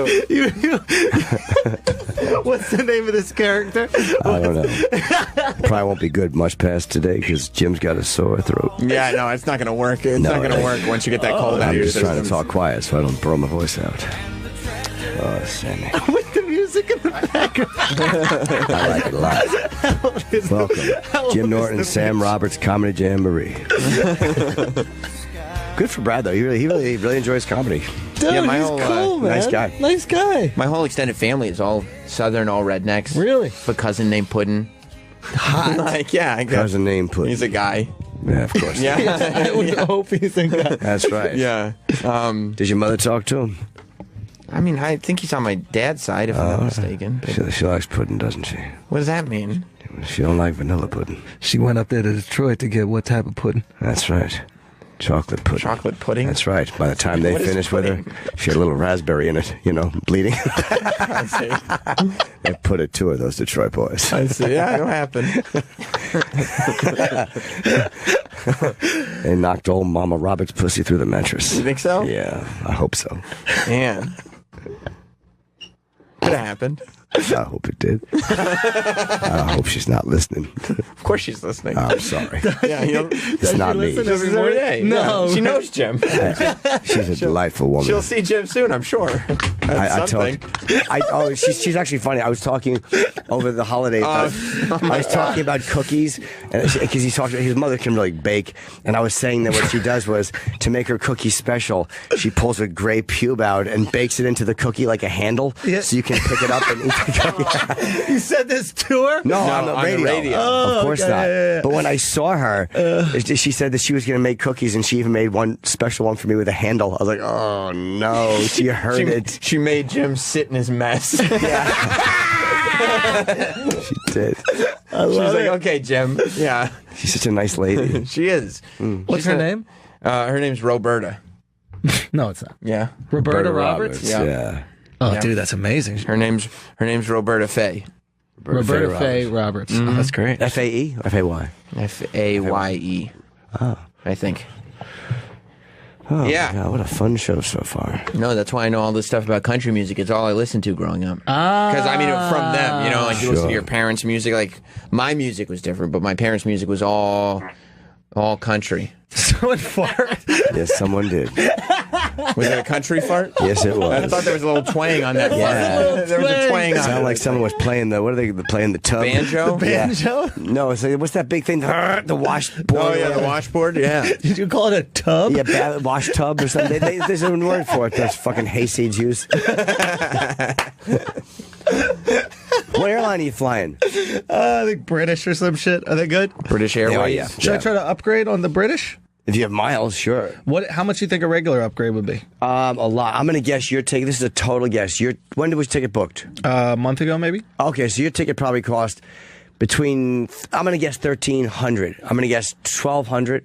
And to upgrade, it was probably going to be $4,000. Really? That's my guess. Man. Can we look online for that? Yeah. Ooh, what is British IB? Airways. What's that? What is IB? Irritable bowels? Yes. Oh. So they're saying that's the food they're serving. IB? International business. Maybe it's Iberia Airlines? I don't know. I gotta look. Oh, that's the airline? Yeah, is that it? Is that one? Look. I don't know. International, bring back the Concorde. You know what I mean? I gotta look it up. They actually might be doing that. Bring back the Concorde? They're gonna try. They're working on a supersonic train or something, or Concorde was an airplane. No, I know, but I'm saying that's why I said or something. They're working on a supersonic something. Hedgehog? No. I can do like New York to LA in 2 hours or something. It's like a tube. It's a tube thing, isn't it? Well, yeah, it was you're talking about the Elon vacuum. Musk. Yeah. But you're not Elon talking Musk. about international. It's magnetic, actually, not magnetic. Yes, you're correct. Well, actually, they started boring it for New York to DC. So New York to DC. Or they just got approval for the board. Right. I think I've seen them testing it. Yeah, New York to DC in like 30 minutes or something like that. I wonder how long that's going to take to finish and be operational. Like, I'm 49. Will it be that within 30 years? Yeah. Yeah, 30. I think 30. Yeah. 30. Yeah, the thing about it's so crazy is that I think you can get to LA in like I think an hour or something like that. It was insane, the speed. The reason it takes half hour to go so short is because it takes that long to slow down. Oh, right. You know, like when you go to Montreal, it's like it takes an hour or whatever to get there, but half of the trip is you just kind of descending. Exactly. Right. I didn't think of that, to slow down, comfortably slow down. Imagine you're going that fast and you guys comfortably slow down. You probably speed up to fucking like Philly, and then slow down into DC or up to Maryland. Coast the rest of it. But how dope would it be to go to LA in an hour or two? It's life changing. But again, that almost seems like a technology that's going to be passed. I mean, they'll pass that. There should be a way, because they theorize about shooting things out of the atmosphere. You looking for teleportation? No, not yet. Into space and then shooting back down. Why would that be faster? Because the Challenger goes 17,000 miles an hour and it's in space. Yeah, but you still got to slow down. Yes. Yeah. No, but I understand what you're saying. It's like there's no resistance. There's no air resistance. There's nothing. Yeah. Right over and back down. You could do that in about an hour or so, but I guess it's coming through the atmosphere. It's probably much more dangerous, too. Yeah. But then again, you got to wear a spacesuit. Yeah. You're going as fast as the planet is going, though. That's the other thing. Holy shit. Like, you know, like when you're like a mosquito that's in your car is going 70 miles per hour, right? Because it's inside the car. Sure. So the car we're in is the planet. So we're spinning around the sun at whatever thousands or millions of miles per hour. So I think we might have some sort of resistance up there. We really are. Well, yeah, but when you leave the atmosphere, you can do. You can just make you can go way faster. That's what the Challenger does. 90 minutes takes to circle the planet or whatever. We're good. Then pop it up there. And so it's almost like you pop up and maybe let the planet turn a little bit, then dive back. However it works, I don't know. Yeah. But that's much more dangerous I than a just tube. don't want to do 5 hours to LA anymore. Then again, a tube, if every state is... It's not like they're starting in New York and then they're just going to continue. Every state will work on it. I'm okay with airplanes.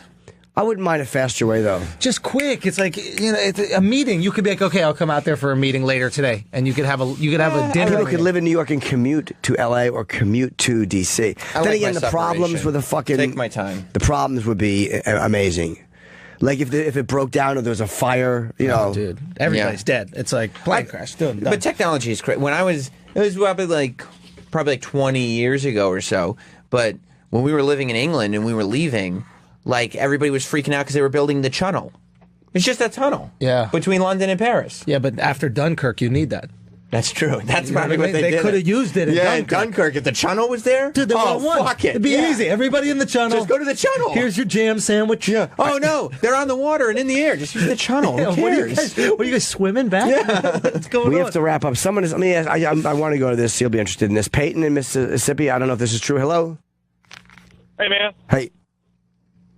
No, I was just telling the guys that, I mean, I don't want to get into all this, but I think it's funny, but Jason just did I guess he's on the way to work and just did a Instagram live video and he was kind of saying him and Sam are okay, but trashing you, Jim, and I've grown to love the show. And Why is he trashing Jim? Get along. Why can't he just be cool? I want to find out exactly what he said. I want to Jason hear Ellis. what he said. Who's Jason Ellis? He comes on after us.